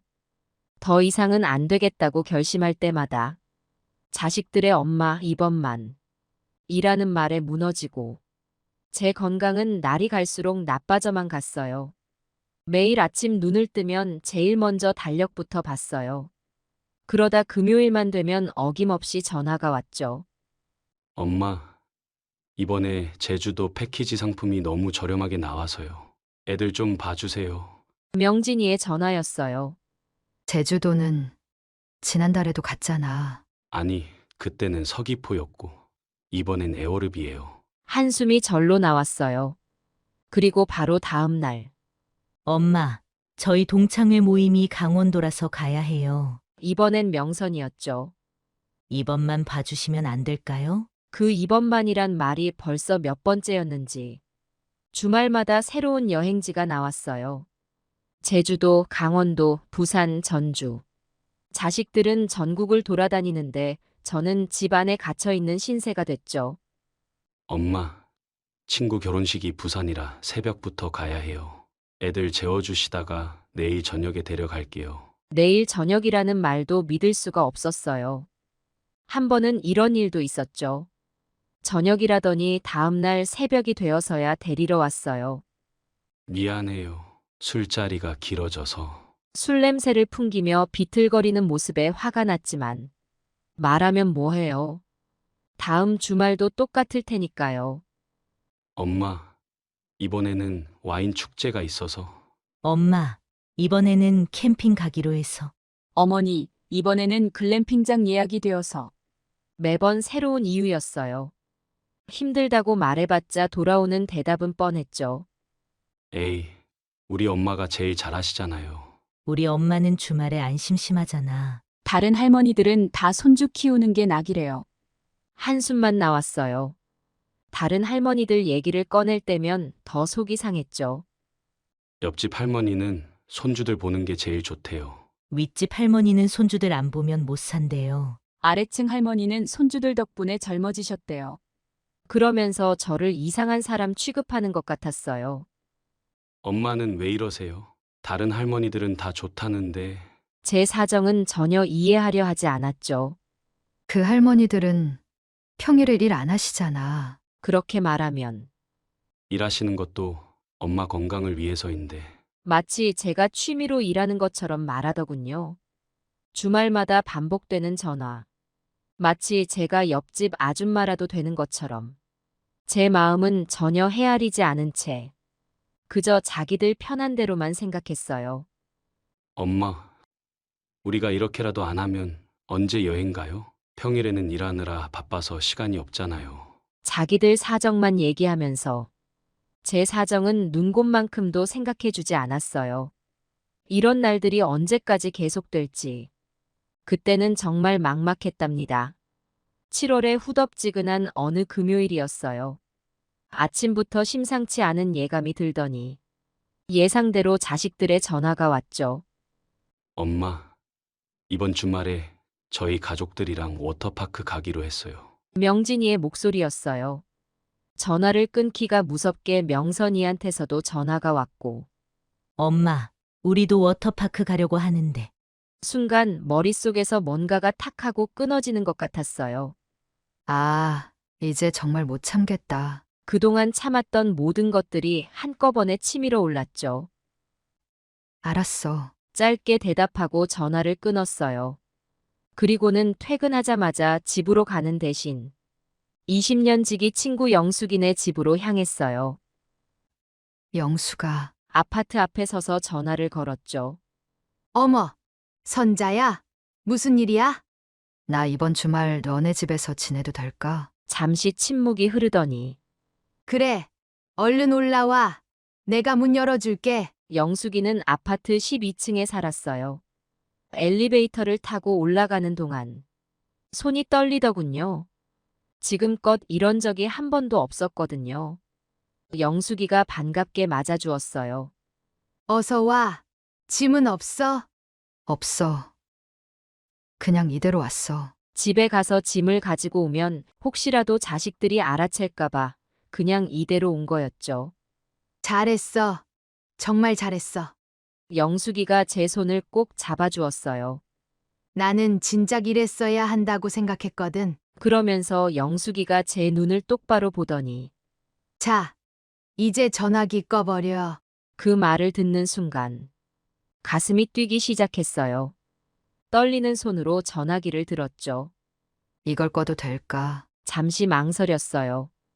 그때 영숙이가 제 손에서 전화기를 살짝 빼앗더니 내가 꺼줄까? 그 말에 저도 모르게 고개를 끄덕였어요. 전원이 꺼지는 소리가 났어요. 그 순간 어깨가 가벼워지는 게 느껴졌어요. 영숙이가 소리를 지르더군요. 이게 바로 해방이야. 저도 모르게 웃음이 나왔어요. 그동안 얼마나 웃어보지 못했던가. 우리 이번 주말 실컷 놀자. 영숙이의 말에 눈물이 났어요. 기쁨의 눈물이었죠. 선자야, 너 식사는 했어? 아니, 아직. 그럼 우리 치킨 시켜 먹을까? 소주도 한잔하고. 그래. 20년 만에 처음으로 마시는 금요일 저녁의 소주였어요. 너무 달다. 이 소주가 영숙이가 웃으며 말했죠. 이렇게 시원한 소주는 처음이야. 치킨을 안주 삼아 한 잔, 두 잔. 술이 들어가니 그동안 꾹꾹 눌러왔던 이야기들이 쏟아져 나왔어요. 있잖아. 나 정말 힘들었어. 알아. 너 얼굴 보면 다 알지. 매주 전화만 오면 가슴이 떨렸어. 이제 그런 거 다 잊어버려. 영숙이는 제 잔을 계속 채워주었어요. 마셔. 오늘은 실컷 마시자. 밤이 깊어갈수록 마음이 가벼워지는 게 느껴졌어요. 내일은 우리 둘이서 시장 구경도 가고. 그래, 너가 좋아하는 팥빙수도 먹으러 가자. 진작 이럴 걸 그랬나 봐. 그렇게 밤늦게까지 이야기를 나눴죠. 다음 날 아침 10년 만에 처음으로 알람 없이 자연스럽게 눈을 떴어요. 몇 시지? 시계를 보니 벌써 9시였어요. 그런데 이상하게 급할 것도 없고 불안할 것도 없더군요. 잘 잤니? 영숙이가 따뜻한 커피를 내왔어요. 응. 이렇게 푹 잔 건 정말 오랜만이야. 베란다에 앉아 여유롭게 커피를 마시는데 창밖의 풍경이 이렇게 예쁜 줄 처음 알았어요. 우리 오늘 뭐 하고 놀까? 영숙이가 장난스럽게 물었어요. 그때 영숙이가 갑자기 일어나더니 아, 우리 노래방 갈까? 노래방? 10년도 더 된 것 같아요. 제가 마지막으로 노래방에 간 게. 너 목소리 좋잖아. 옛날에 늘 1등 했었는데. 그 말을 듣는데 가슴이 뭉클해졌어요. 젊었을 때 저는 노래 부르는 걸 정말 좋아했거든요. 근데 이 시간에 노래방이 어디 있어? 아이 참, 너는 코인 노래방 몰라? 24시간이야. 아, 그래? 가보자. 노래방에 들어서는 순간 청춘이 돌아온 것 같았어요. 자, 선자야. 너부터 시작해. 영숙이가 마이크를 건네주었죠. 떨리는 마음으로 노래를 시작했어요. 김수희의 남행열차였어요. 처음엔 목소리가 잘 안 나왔는데 후렴구로 갈수록 점점 열이 올랐죠. 아이고, 우리 선자가 달라졌어. 영숙이가 박수를 치며 소리쳤어요. 2시간 동안 쉬지도 않고 노래를 불렀어요. 트로트도 부르고 발라드도 부르고 어깨춤도 추면서 말이에요. 야, 너 아직도 춤 잘 춘다. 영숙이의 말에 저도 모르게 웃음이 났어요. 그러고는 근처 찜질방으로 갔죠. 아, 여기가 천국이다. 따뜻한 물에 몸을 담그니 그동안의 피로가 싹 풀리는 것 같았어요. 선자야, 너 전화기 궁금하지 않아? 영숙이가 물었어요. 전혀. 제 대답이 너무 시원시원했는지 영숙이가 깜짝 놀라더군요. 와, 너가 이럴 줄이야. 사실 저도 놀랐어요. 제가 이렇게 당당할 수 있을 줄은 몰랐거든요. 토요일 저녁이 되었는데 전화기 생각은 전혀 나지 않았어요. 우리 저녁은 뭐 먹을까? 난 파스타가 먹고 싶은데. 그래, 여기 근처에 맛있는 데가 있어. 식당에 들어가서 파스타를 시키고 와인도 한잔 했어요. 건배. 와인잔을 부딪히는 소리가 경쾌했어요. 이게 사는 거지. 영숙이 말에 고개를 끄덕였죠. 그래요, 이게 사는 거예요. 늘 남의 눈치 보며 살았던 제가 이제는 제 시간을 가진 거죠. 일요일이 되었어요. 아침에 일어나 영숙이랑 어제 산 등산복을 입고 등산도 다녀왔어요. 새 등산복을 입으니 기분도 새로워지더군요. 산 정상에 올라가서 깊게 심호흡을 했어요. 저도 모르게 고함을 질렀죠. 영숙이도 따라서 소리를 질렀어요. 산 아래 도시가 한눈에 들어왔어요. 이런 풍경이 있었다는 게 신기할 정도였죠. 선자야. 응? 넌 정말 달라졌어. 영숙이 말이 맞았어요.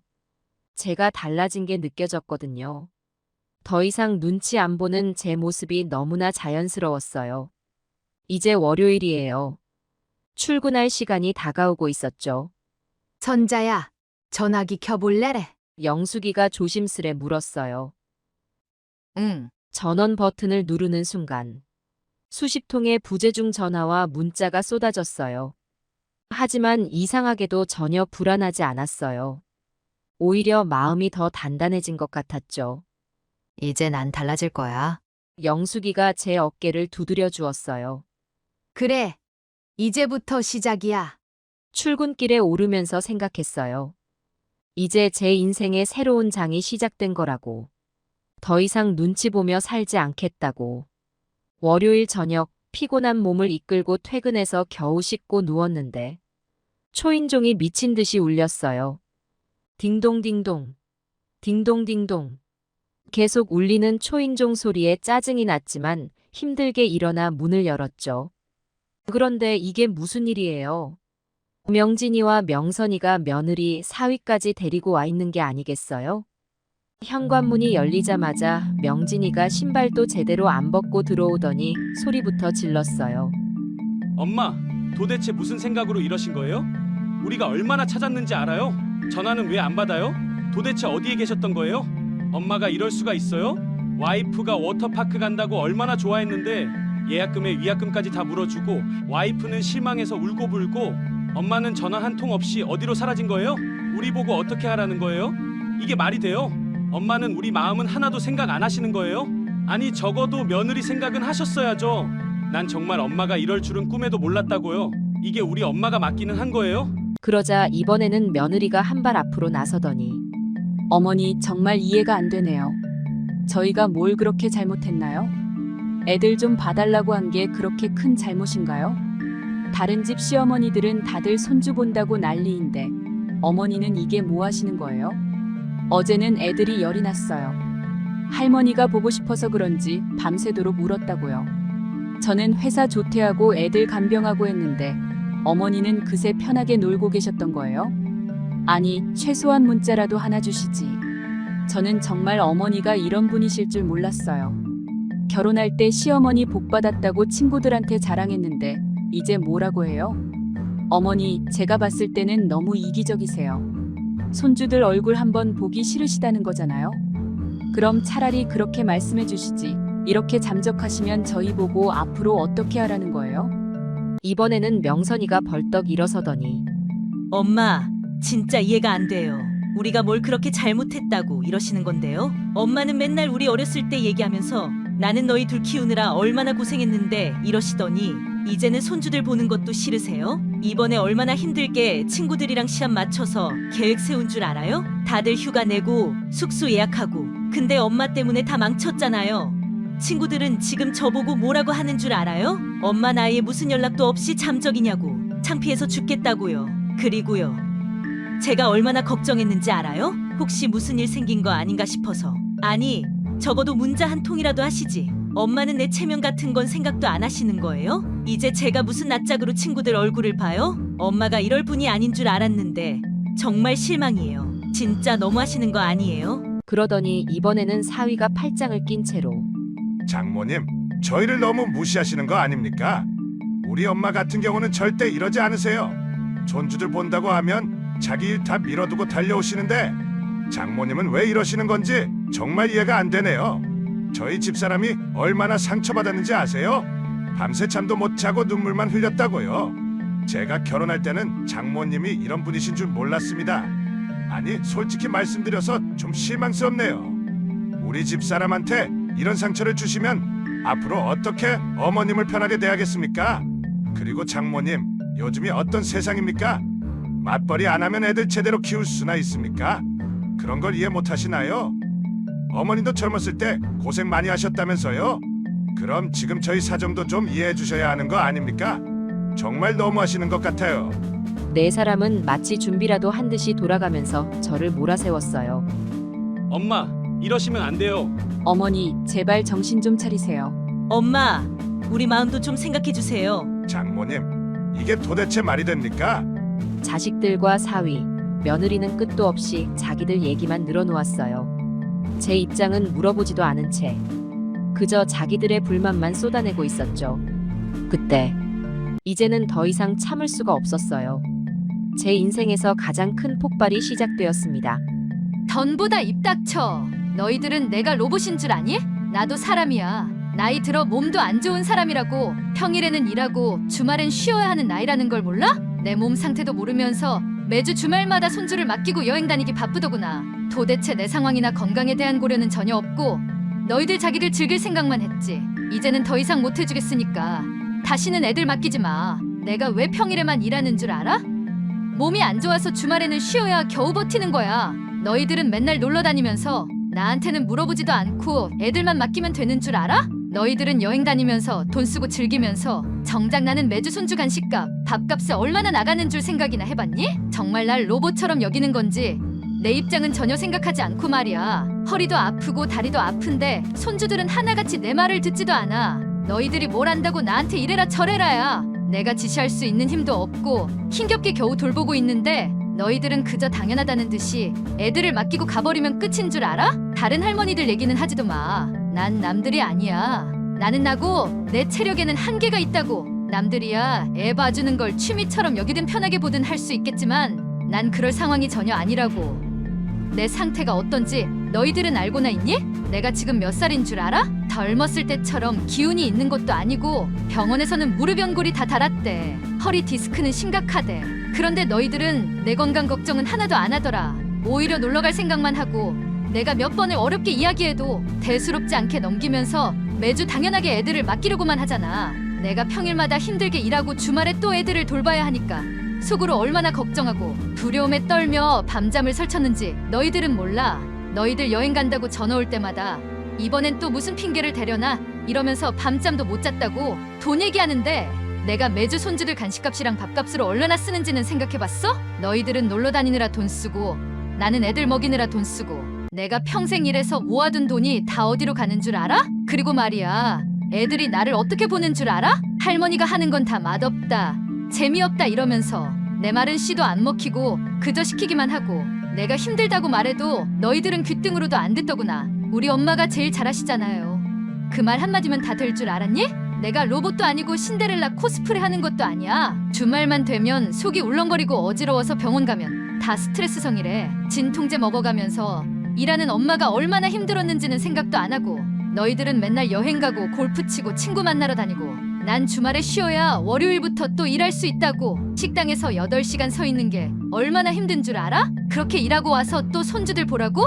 내가 무슨 슈퍼맨이야? 허리 아파서 똑바로 서지도 못하는 사람한테, 계단 올라갈 때마다 다리가 후들거리는 사람한테, 밤새 관절 쑤셔서 잠도 못 자는 사람한테 손주 보는 게 낙이라고? 누가 그런 소리를 해? 너희들이 나보고 뭐라고 했는지 기억나? 엄마는 왜 이러시냐고? 내가 왜 이러는지 정말 모르겠어. 매주 금요일마다 전화 와서 엄마, 이번 주말에 그 말만 들어도 가슴이 덜컥 내려앉았어. 너희들 전화번호만 떠도 속이 메스꺼웠다고. 내가 월급 받는 베이비시터야? 아니면 24시간 무료 봉사하는 보모야? 애들 먹일 반찬도 특별히 해야 되고 간식도 특별히 해야 되고 내가 그렇게 봐줘도 너희들 눈에는 항상 부족했지. 엄마는 이것도 안 해주고 저것도 안 해주고? 다른 할머니들 얘기하면서 나 자꾸 찔러보지 마. 난 다른 할머니들처럼 집에서 편하게 있는 사람이 아니야. 나는 평일에도 일해야 하는 사람이라고. 쉬지도 못하게 하면 내가 어떻게 살아? 너희들 놀러 간다고 예약했다는 돈 얘기는 잘도 하는데 내가 매주 얼마나 지출하는 줄은 생각해봤어? 애들 간식, 애들 반찬, 애들 장난감 다 내 돈으로 사고 너희들은 여행 가서 호강하는데 난 여기서 애들 밥 챙기고 똥 치우고 이제는 지하철도 못 타겠어.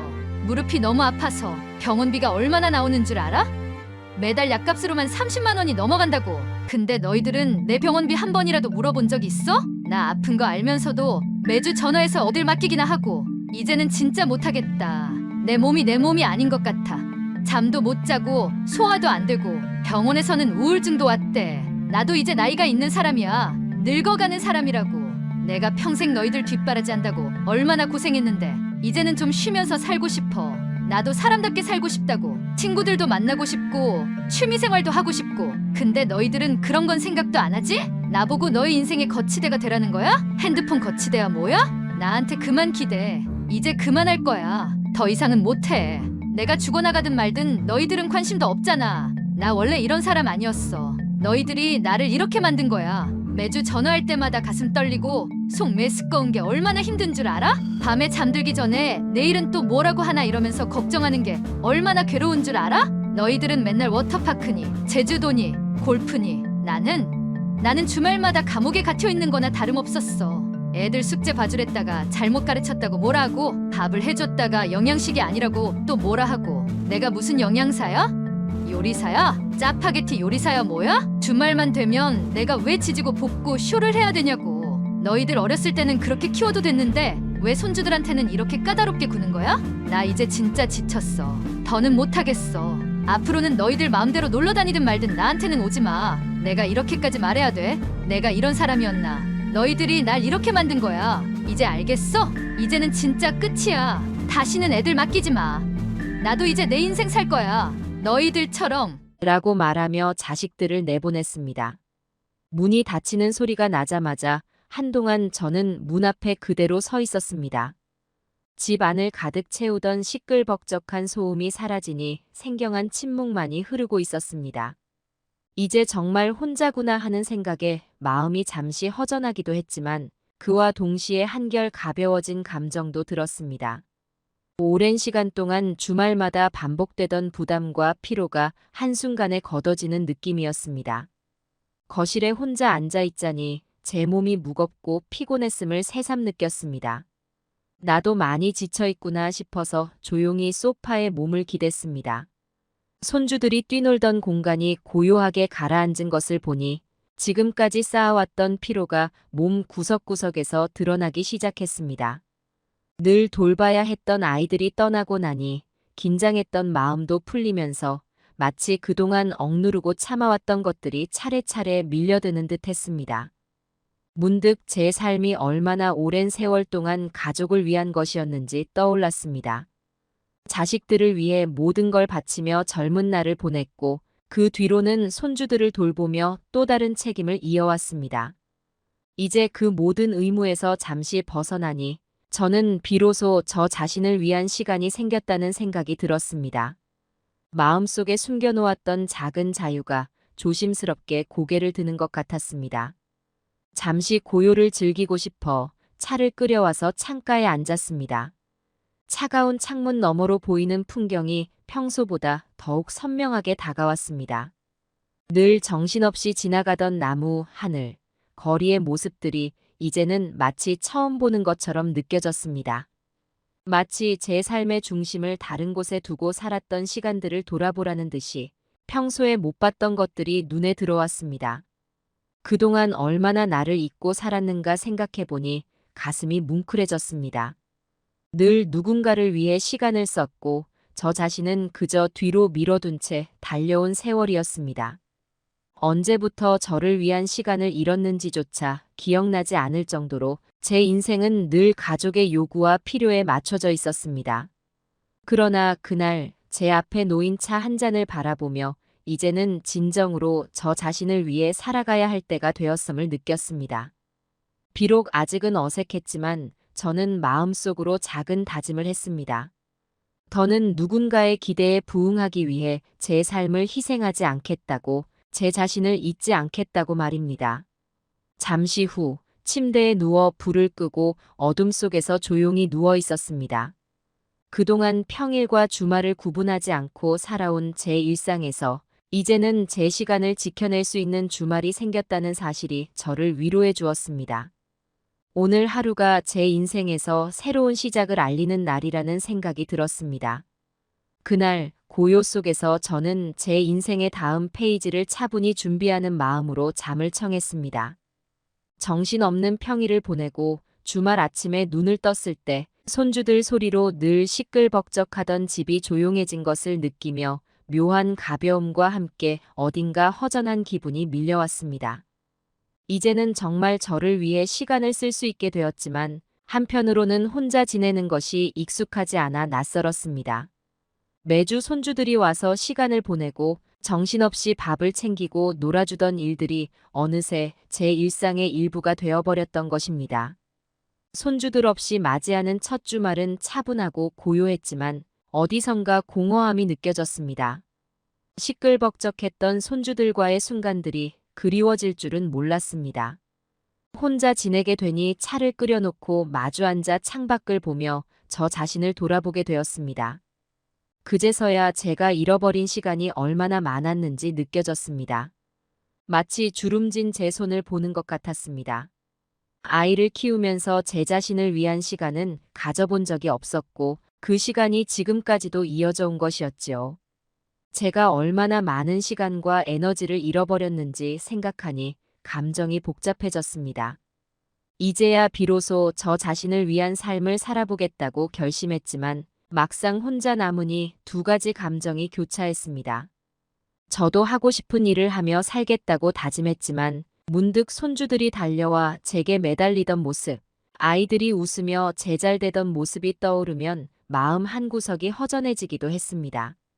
하지만 차츰 제 일상을 되찾고 저를 돌보는 법을 배우기 시작했습니다. 오랫동안 미뤄왔던 취미 생활을 하나씩 시작해보기로 마음먹었습니다. 근처 문화센터에서 요가나 수채화 교실에 등록해볼까 고민했고 오랜 친구들과의 연락도 다시 시작했습니다. 오랜만에 친구들과 만나서 서로 그동안의 고생담을 나누며 웃고 떠드는 동안 놓았던 감정들이 조금씩 회복되는 기분이 들었습니다. 제 이야기를 누군가에게 털어놓을 수 있다는 사실만으로도 마음이 한결 가벼워졌습니다. 병원도 다니기 시작했습니다. 그동안 참고 있던 허리와 무릎 통증을 더는 지나치지 않기로 했습니다. 이제는 더 이상 참지 않고 저의 건강을 돌봐야 할 때라고 생각했습니다. 의사와 상담을 하며 치료 계획을 세우고 필요한 약을 처방받으며 제 몸을 챙기는 일이 생각보다 중요한 일임을 새삼 깨달았습니다. 그동안 제 몸이 얼마나 상해 있었는지 알게 되니 제가 참으로 많은 것을 참고 살아왔음을 인정할 수밖에 없었습니다. 어느 날 아침 눈을 떴을 때 제 마음속에 고요한 평화가 찾아온 것을 느꼈습니다. 이제는 누구의 돌봄을 강요받지 않고 저 자신을 위해 시간을 쓸 수 있다는 사실이 새삼 감사하게 느껴졌습니다. 매주 주말 전마다 전화벨이 울리고 가슴이 덜컥 내려앉던 그 불안감이 사라지니 저의 일상이 얼마나 소중한지 새삼 깨달았습니다. 이제는 저도 저의 삶을 위해 살아도 된다는 생각이 들었습니다. 며칠 후에는 근처 공원을 산책하며 계절의 변화를 온전히 느껴보았습니다. 그동안 늘 바쁘게 지내느라 사소한 것들에 눈 돌리지 못했던 제가 이제야 비로소 가을의 공기를 온전히 느낄 수 있었습니다. 바람에 떨어지는 낙엽을 바라보며 마치 제 삶의 한 장이 마무리되고 새로운 시작이 다가오는 듯한 기분이 들었습니다. 지금까지 살아온 세월을 돌아보니 가슴이 뭉클해졌습니다. 저는 제 역할을 다 했고, 이제는 제 삶을 살아갈 때라는 것을 알게 되었습니다. 이렇게 차츰 저만의 시간을 즐기기 시작하던 중에 자식들에게서 연락이 왔습니다. 그들은 그동안 제가 얼마나 힘들었는지 깨달았다며 미안하다고 했습니다. 이제는 저에게 부담을 주지 않겠다고 약속하더군요. 자식들이 제 결정을 존중하고 주말에 놀러 다니지 않고 손주들과 함께 한다는 이야기를 들었을 때 그제서야 진정한 안도감을 느낄 수 있었습니다. 저는 이제 자식들에게 더 이상 부담이 되지 않는 부모로서 스스로의 삶을 찾아가고 있었습니다. 자식들이 성장하는 동안 저로서의 역할을 다했으니 이제는 그들이 독립하여 스스로 부모로서의 역할을 해나가는 모습을 보며 저도 그들을 신뢰하고 응원해 줄 수 있게 되었습니다. 이제는 그들로부터의 부담에서 벗어나 자유로워진 것입니다.